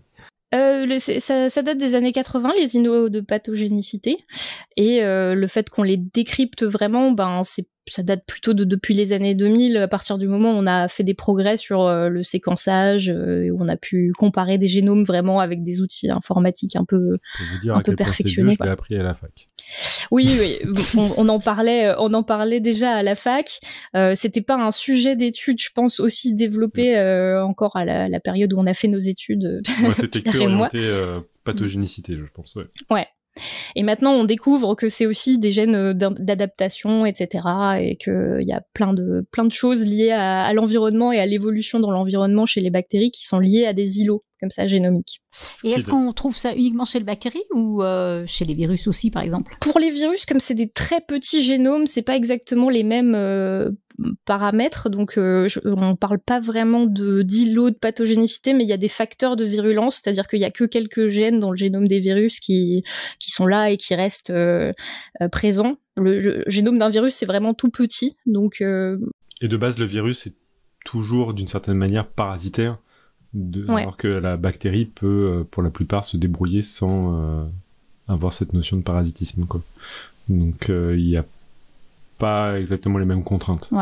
Pratiquement tout le génome du virus doit être efficace pour sa propre reproduction, et c'est pas le cas pour les bactéries. Ouais, d'accord. Puis t'as des overlaps aussi sur les génomes de virus, non? Il me semble, t'as pas des bouts d'ADN qui peuvent faire 2 prots en même temps ou des choses comme ça. Mais oui, voilà, c'est ça. Exactement. C'est très compact. C'est pas du tout la même logique. En gros, comme l'ADN est double brin, et ben les séquences d'ADN de virus, elles peuvent souvent être lues dans les deux sens, et du coup, il y a plusieurs protéines qui peuvent être décodées à partir des 2 brins différents. Voilà, c'est assez foufou. J'avais un microbiologiste parmi mes profs, le professeur Forter, qui avait fait une analogie que je trouvais vachement pertinente. Il avait dit, si on peut comparer l'efficacité des génomes, on a le génome des animaux, des eucaryotes, etc., qui sortent une sorte d'usine à gaz, etc., qui fonctionne bien, mais où t'as des trucs, si tu regardes, tu sais pas trop à quoi ça sert. Puis t'as les génomes des bactéries, où t'as l'impression de voir une calculatrice, quelque chose qui est très très efficace pour la fonction, et t'as les virus où c'est un Tamagotchi, ça fait très très bien un truc, quoi. Ah ouais. Tamagotchi. C'est rigolo quand même. L'âge de Pierre, vu que... Oh, ça va. Comme exemple des Tamagotchi quand il était à l'université. Sois pas désagréable. Nous excusons auprès de nos plus jeunes auditeurs pour faire sur Wikipédia ce que c'est. On a des références culturelles douteuses. Alors, si on zoome encore un peu dans le génome et qu'on prend des portions d'ADN plus petites, entre quelques centaines et quelques milliers de nucléotides consécutives, on parle de paires de bases en biologie moléculaire, parce qu'on aime bien le jargon, on peut aussi parler d'îlots. Et on a par exemple des îlots qu'on appelle les îlots CPG, qui sont très connus. Il s'agit de régions dans lesquelles la concentration de nucléotides C et G, donc les briques cytosine, guanine, sont plus concentrées qu'ailleurs dans le génome. Alors pourquoi ces zones sont intéressantes? Parce que chez beaucoup d'eucaryotes, l'association C-G, elle est reconnue par des enzymes qui sont capables de décorer les cytosines et d'y rajouter un groupement chimique à 3 hydrogènes, 1 carbone, qu'on appelle un groupement méthyle, c'est ce qu'on appelle la méthylation. Et ces enzymes, c'est des méthyltransférases. Et cette modification, elle est souvent basée sur des régions en amont des gènes, avant les gènes, qu'on appelle des promoteurs, et c'est souvent associé à l'extinction d'un gène. Un gène peut être lu ou pas lu. Quand un promoteur en avant d'un gène, il est méthylé, en général, le gène n'est pas lu. Alors je dis en général, dans certains cas, c'est la présence de la méthylation qui va permettre de déclencher l'expression des gènes ou du groupe de gènes. Comme souvent en biologie, il y a beaucoup de cas particuliers, mais disons c'est plus connu pour éteindre l'expression du gène. Alors, pourquoi ça existe, ça? Le fait de rajouter ce contrôle, ça permet plus de flexibilité dans l'expression des gènes. Vous n'avez pas juste une information qui va être lue tout le temps.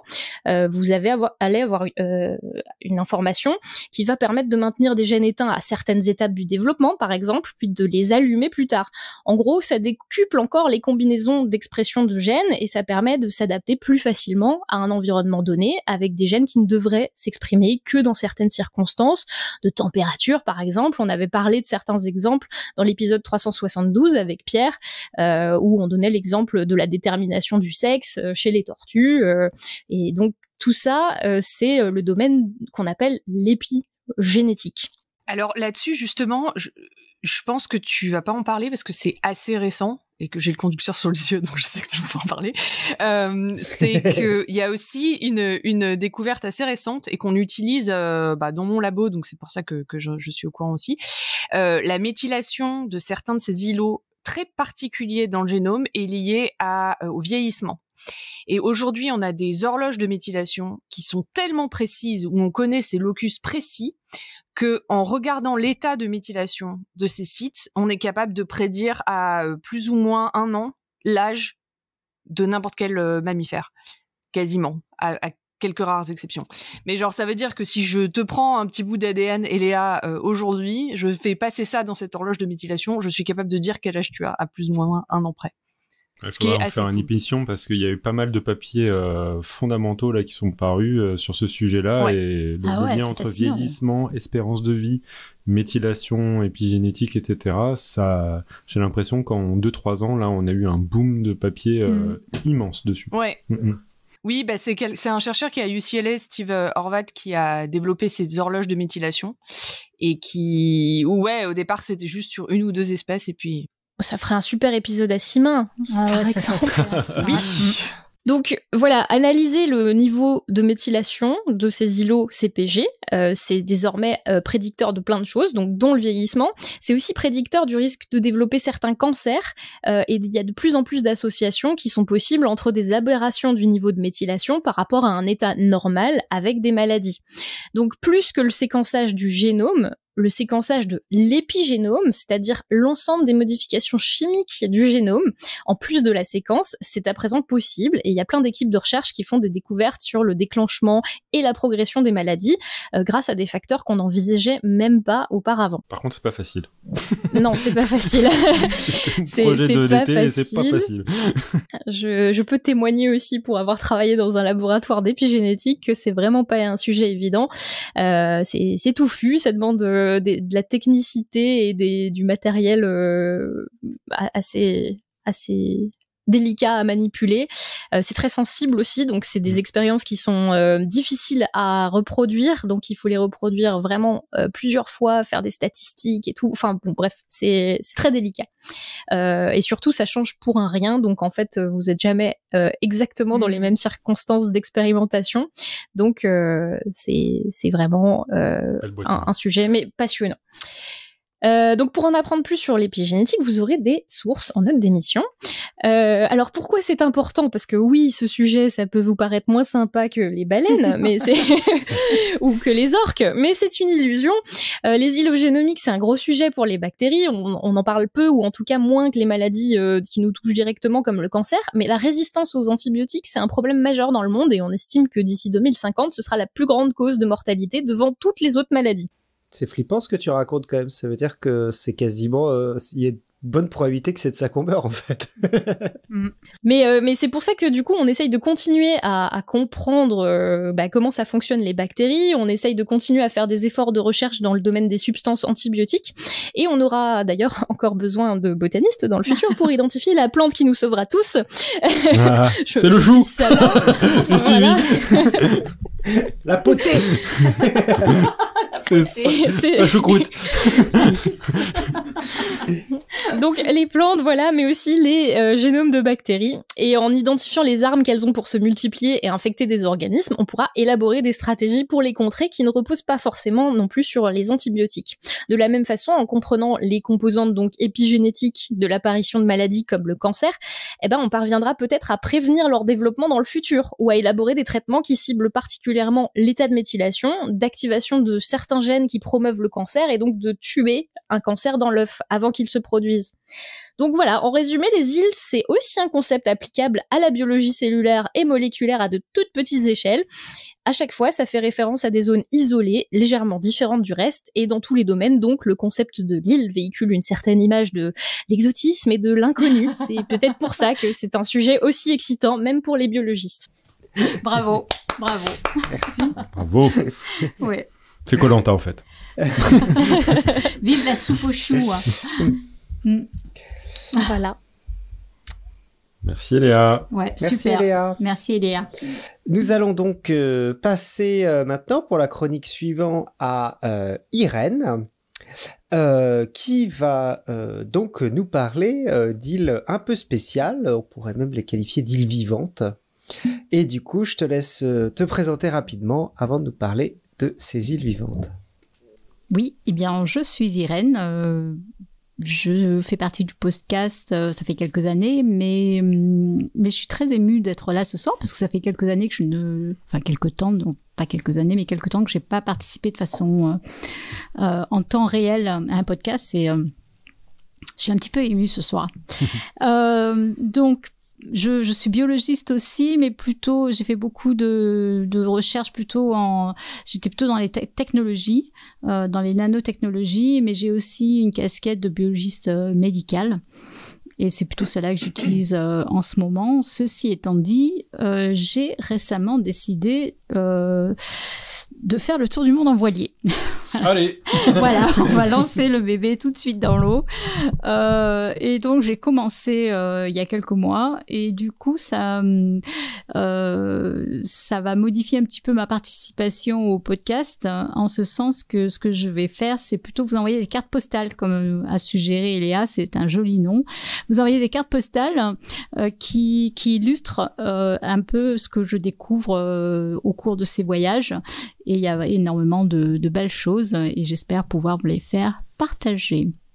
Et donc ce soir, je vais vous parler d'organismes que j'ai rencontrés sur les mers et qui, je trouve, sont fascinantes.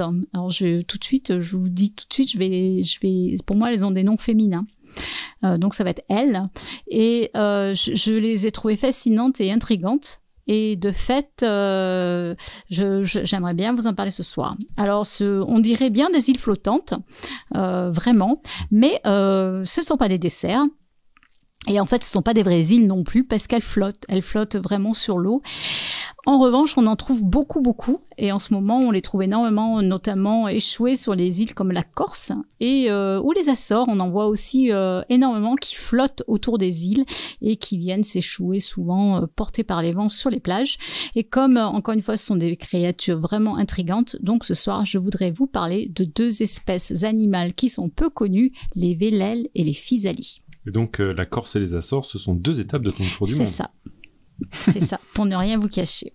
Et Belle-Île, où elle nous a rejoint en voilier. Voilà. Est-ce qu'on a vu des physalies et vélèles sur Belle-Île? Ben, je ne sais pas encore ce que c'est. Je te répondrai peut-être à la fin. C'est possible, c'est pas impossible, hein, mais elles sont un petit peu trop au nord, probablement. Alors, ce sont des animaux qui ont en commun de flotter sur les mers et d'être dirigés à ce titre par les vents et les marées.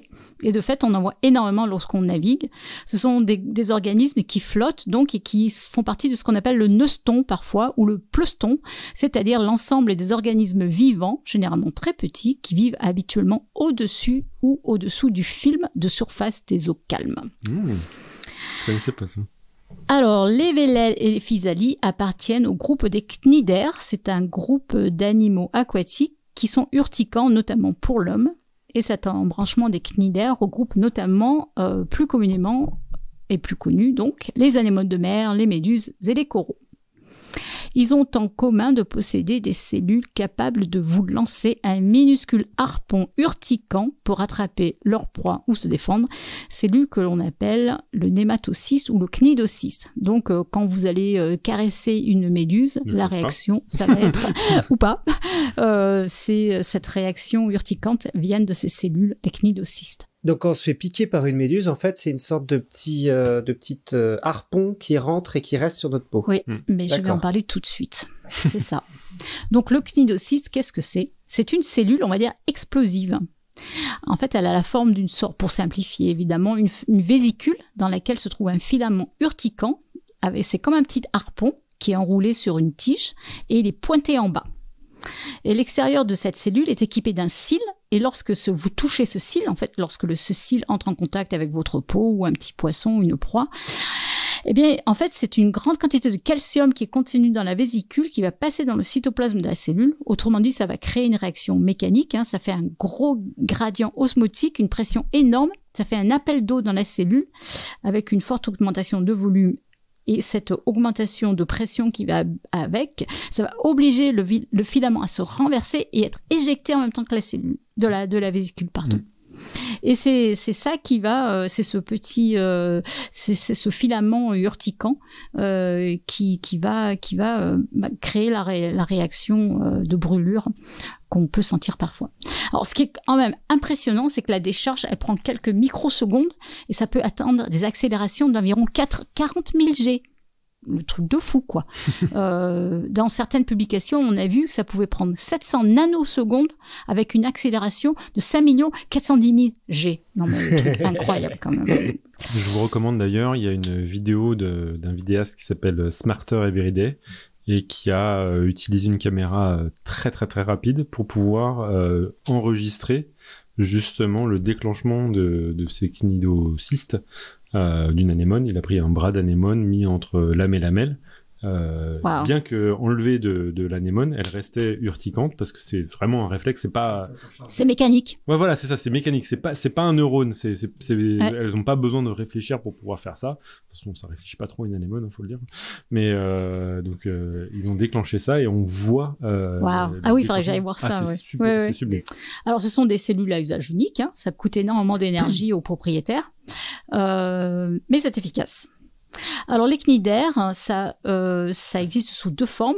Les formes fixées, que l'on appelle les polypes, donc font partie notamment, ce qu'on voit notamment sous forme de corail ou d'anémone de mer. Et puis on a les formes libres, et qui sont plutôt mobiles, ce sont les méduses. D'ailleurs le nom de polype, ça vient du grec, poly beaucoup, et pou, pied.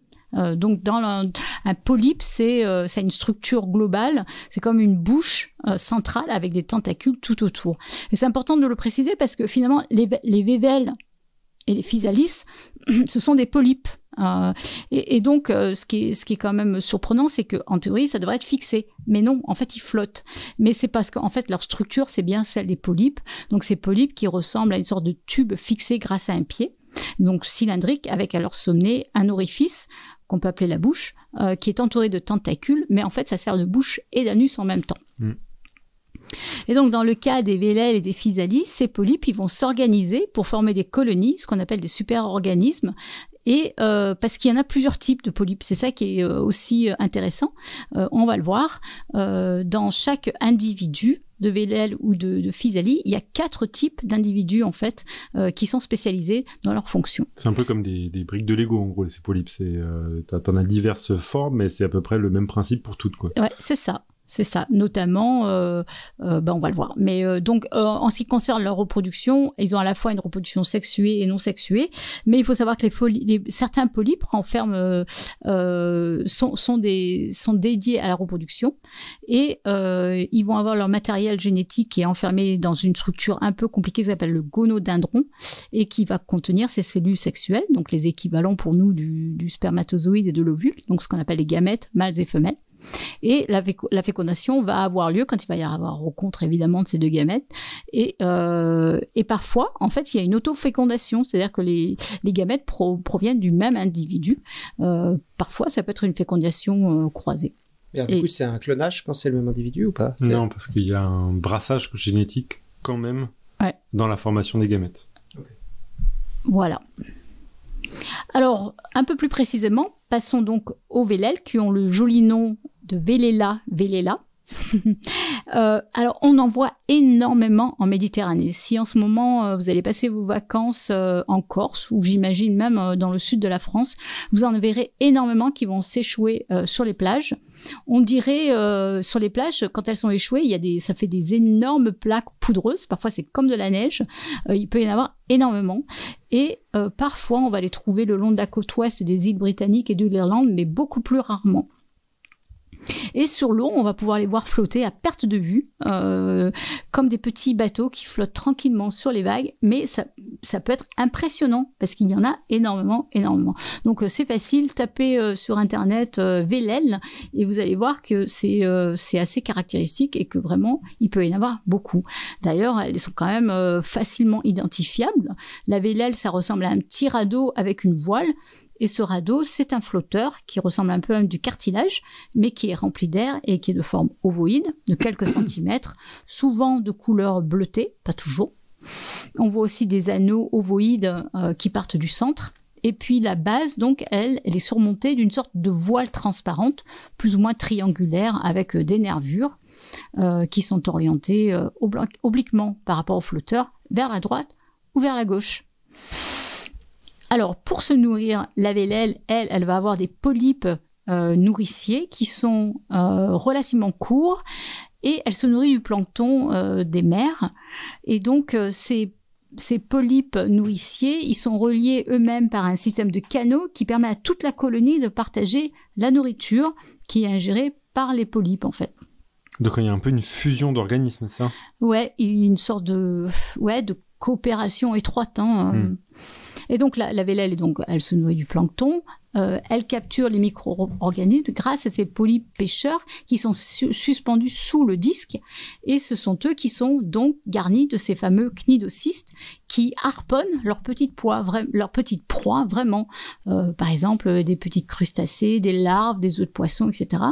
Et une fois qu'ils ont été harponnés, neutralisés, ils vont être ensuite acheminés vers un polype nourricier central, et là il y en a qu'un qui s'appelle le gastérozoïde. Alors il faut savoir, c'est intéressant, qu'il y a une symbiose chez les vélèles. C'est donc une association bénéfique pour les deux parties, avec les zooxanthelles, qui sont des micro-organismes unicellulaires qui se nourrissent par photosynthèse, donc en captant la lumière du soleil, et qui vont vivre en photosymbiose, en symbiose, donc avec les vélèles, et qui vont lui procurer un apport alimentaire supplémentaire en matière organique. C'est les vélèles qui donnent la couleur bleue, ou ça n'a rien à voir ? Non, ça n'a rien à voir. Ah. Les zooxanthelles, ça va plutôt leur donner une couleur brune, d'ailleurs. Ah, d'accord. Okay. Alors, en ce qui concerne la reproduction des vélèles, donc on a ces cellules spécialisées, les gonozoïdes, qui vont produire donc chacun des petites méduses par Alors, il y a plusieurs systèmes. Il y a une reproduction sexuée et une reproduction asexuée aussi. Donc, il y a des organismes, enfin, certains polypes qui vont produire par bourgeonnement asexué des milliers de petites méduses. Qui font environ 1 à 3 cm de diamètre. Et ces méduses vont atteindre leur maturité sexuelle. Alors, en laboratoire, ça dure environ 3 semaines. Et à leur tour, ce sont ces méduses qui vont à leur tour libérer dans l'eau, c'est elles qui libèrent les gamètes mâles et femelles. Et donc, après fécondation, il y aura cette fameuse larve, la conaria, qui va se développer pour former une nouvelle colonie flottante dite de vélèle. C'est son nom, conaria. C'est ça, c'est le nom. Pas de commentaire. Non, c'est pas moi qui l'ai inventé. Alors, juste une anecdote, un des prédateurs de la vélèle, c'est certainement le principal, probablement, je pense, c'est le poisson-lune qui absolument en raffole. Je pense que ça doit être un truc comme une gourmandise pour ces poissons. Et en ce moment, d'ailleurs, si vous trouvez en Méditerranée, très probablement vous pourrez voir des poissons-lunes parce qu'en fait, ils ont une physionomie très particulière, une structure très particulière, les poissons-lunes.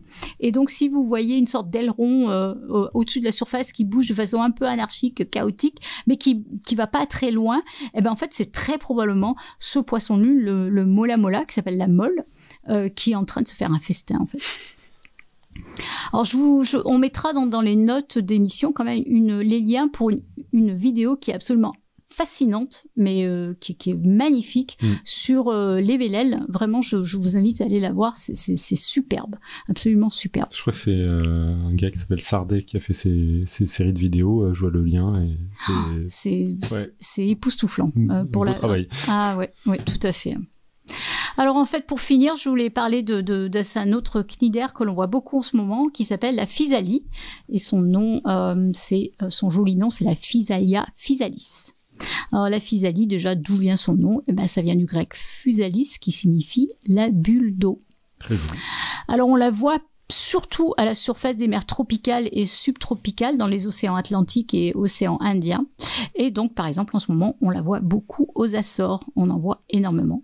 Et parfois, on peut voir des bancs de millions d'individus. Moi, j'en ai peut-être pas vu autant, mais on en a vu pas mal. Vous avez vu des physalis, donc? Ah, on a vu quoi? Vous en avez vu des physalis? Ah, mais on en a vu, mais plein. Ah oui, énormément, quoi. En ce moment, il y en a énormément. Et donc, elle apparaît comme un joli petit ballon de format allongé, un peu ovoïde, qui flotte tranquillement à la surface de l'eau. C'est un ballon translucide avec une sorte de teinte bleutée violacée. Ça brille au soleil, mais c'est un petit ballon délicat qui va faire 5 à 15 cm de long. Le dessus est crénelé. Moi, ça me rappelle une pâte à tarte. C'est moins. Et puis, si on s'approche un peu, on remarquera sous la partie immergée des filaments bleu marine d'une très belle couleur qui plongent dans l'eau, qui sont très très beaux. Et de fait, la physalie, c'est très joli. Et elle porte d'ailleurs le charmant nom verniculaire de galère portugaise. Moins poétiquement, la vessie de mer. Mais la joliesse de la physalie n'empêche pas celle-ci d'être redoutable pour de très nombreuses espèces d'animaux, dont l'homme d'ailleurs. Elle peut induire chez nous des fortes douleurs musculaires locales ou généralisées, et il y a eu des cas graves de gêne respiratoire, vomissements, tachycardie, hypertension artérielle, crise hémolytique aiguë et défaillance rénale. Il y a eu des morts? Létale. Oui, c'est dangereux. Hein. D'ailleurs, elle est à l'origine de la découverte de l'anaphylaxie en 1901, où on avait des chercheurs qui étudiaient donc les toxines. C'est quoi l'anaphylaxie? C'est une réaction allergique généralisée dans le corps humain. Donc ouais, t'es touché par la physalie et c'est l'intégralité de ton corps qui réagit. Oui, tout à fait. Ça fait une réaction allergique explosive. Et donc c'était à l'origine, on l'a découvert grâce à la physalie, ça a permis mais on s'en a aperçu qu'il y en avait d'autres aussi, ça pouvait être dû à d'autres choses. Quoi. Voilà, exactement, une piqûre de guêpe ou cacahuète. Paf. Alors, elle est formée, elle aussi, par 4 types de polypes, ces zooïdes, qui n'ont pas tous la même fonction. Ils ont une sorte de fonction spécialisée. D'ailleurs, on peut lire des bêtises sur Internet. On peut lire que ce sont des organismes formés par 4 types d'individus différents. Comme si on pouvait mettre ensemble un cochon, une poule, un lézard et une autruche et que ça formait un nouvel individu. Ah oui, comme si c'était des espèces différentes. Oui, c'est intéressant. Alors, on a donc les zooïdes qui forment ce flotteur qu'on appelle le pneumophore. C'est un flotteur qui a une forme intéressante. C'est un flotteur donc asymétrique et qui a les tentacules en dessous. Qui sont décentrés, qui vont pendre sur environ la moitié de la longueur, et l'autre moitié du flotteur qui forme une partie verticale au-dessus de l'eau. Donc imaginez un peu comme un flotteur comme un petit boudin, avec une moitié qui se retresse au-dessus de l'eau, et ça joue le rôle de voile. Et puis l'autre partie qui flotte sur l'eau, et d'où partent les tentacules. Et donc ce flotteur, il est rempli d'air ou parfois de monoxyde de carbone. Et ce qui est intéressant, c'est que la physalie peut très rapidement le vider, ce boudin d'air, c'est pour plonger rapidement et brillamment pour prévenir une attaque qui vient de la surface. D'accord. Et donc ça, c'est un seul individu qui forme le flotteur? C'est un super organisme en fait. Mais oui, c'est un type d'individu qui forme le flotteur. D'accord, ok. D'accord. Il n'y en a pas qu'un. Mais ok, je comprends. C'est que l'intégralité de la physalie, c'est plusieurs, mais c'est que... c'est des polypes spécialisés qui vont faire... c'est un seul polype qui fait ça. D'accord, ok. Alors donc cette partie flottante qui possède donc cette sorte de crête en pâte à crêpes, en pâte à tarte, c'est la partie redressée. Elle peut être à droite ou à gauche en fait de la crête. Et donc en fait on a des individus on va pouvoir scinder la population en répartissant les individus, ceux qui ont leur tentacule à droite et ceux qui ont les tentacules à gauche de la voile, et ceux qui naviguent sur tribord, et ceux qui ont leurs tentacules à gauche et qui naviguent sur bâbord, en fait. Ah, d'accord. Alors, ces filaments, ils vont avoir jusqu'à 15 mètres de long, en fait, alors que la physalie, elle fait 5 cm de long, quoi. J'ai lu parfois 50 mètres sur mais j'ai l'impression que c'est un peu une mauvaise traduction des unités, j'ai l'impression, je sais pas. Ça me paraît beaucoup quand même, 50 mètres. Alors, leur pouvoir urticant, il leur permet de tuer des petits poissons, et donc, on l'a vu, induire parfois un état de choc, parfois létal chez l'humain. Et ces tentacules, ils jouent aussi un rôle d'encre flottante. Donc, chez les voiliers, les gens qui ont des bateaux, on peut utiliser une encre qui va tomber au fond, ou envoyer, par exemple, un cordage qui va permettre, on va simplifier, de ralentir un bateau. C'est ce qu'on appelle une encre flottante, en fait. Et donc, ces tentacules peuvent jouer le rôle d'encre flottante, et cette double dissymétrie, elle va permettre à la physalie de dériver à 45 degrés de la direction du vent, et assurer ainsi la meilleure dispersion des populations dans les océans. Alors, on a ensuite des polypes qui sont dédiés à la défense et à la chasse de l'organisme. Ce sont les dactylozoïdes. Ce sont ceux qui forment les filaments, hein, qui ont d'ailleurs un aspect perlé, parce que chaque perle contient le cnidocyste, en fait. Et donc, un tentacule unique peut tuer un banc de petits poissons. Très puissant, le venin de la physalie, ça s'appelle la physalittoxine, et c'est donc, on l'a vu, dangereux pour l'être humain. On a aussi les polypes nourriciers, les gastrozoïdes, qui permettent la digestion des proies, les petits poissons par exemple, qui pendent eux aussi et qui sécrètent des sucs digestifs sur la proie qui a été capturée. Et donc ces gastrozoïdes, ils se présentent sous la forme de bourgeons à l'avant et de la colonie, et sont transportés vers l'arrière par une tige allongée. Et donc les physalies consomment aussi des crevettes, des copepodes et des autres qui sont des petits crustacés en fait. Et puis, on a vu aussi qu'ils avaient des polypes reproducteurs, les gonozoïdes, qui mettent donc les cellules de la reproduction, donc les équivalents des spermatozoïdes et ovules humains. Et donc, quand il y a fécondation dans l'eau, il y a formation d'une larve, mâle ou femelle, qui va se transformer en un nouvel superorganisme. Voilà. Et puis les nouvelles colonies, elles sont aussi formées par bourgeonnement, où des polypes se séparent de la colonie principale, et donc c'est une reproduction asexuée. Voilà. Et pour finir, simplement, les prédateurs de la physalie, c'est principalement les pieuvres, les tortues, et puis il y a quelques mollusques. Voilà. Top. Merci. Merci. Et donc c'est la fin de cet épisode 475, et on est sincèrement ravis d'être de retour avec vous pour cette saison 13 de Podcast Science. Nous vous remercions aussi pour tous les gentils messages que vous nous envoyez, nous les lisons tous et ils nous plaisent énormément.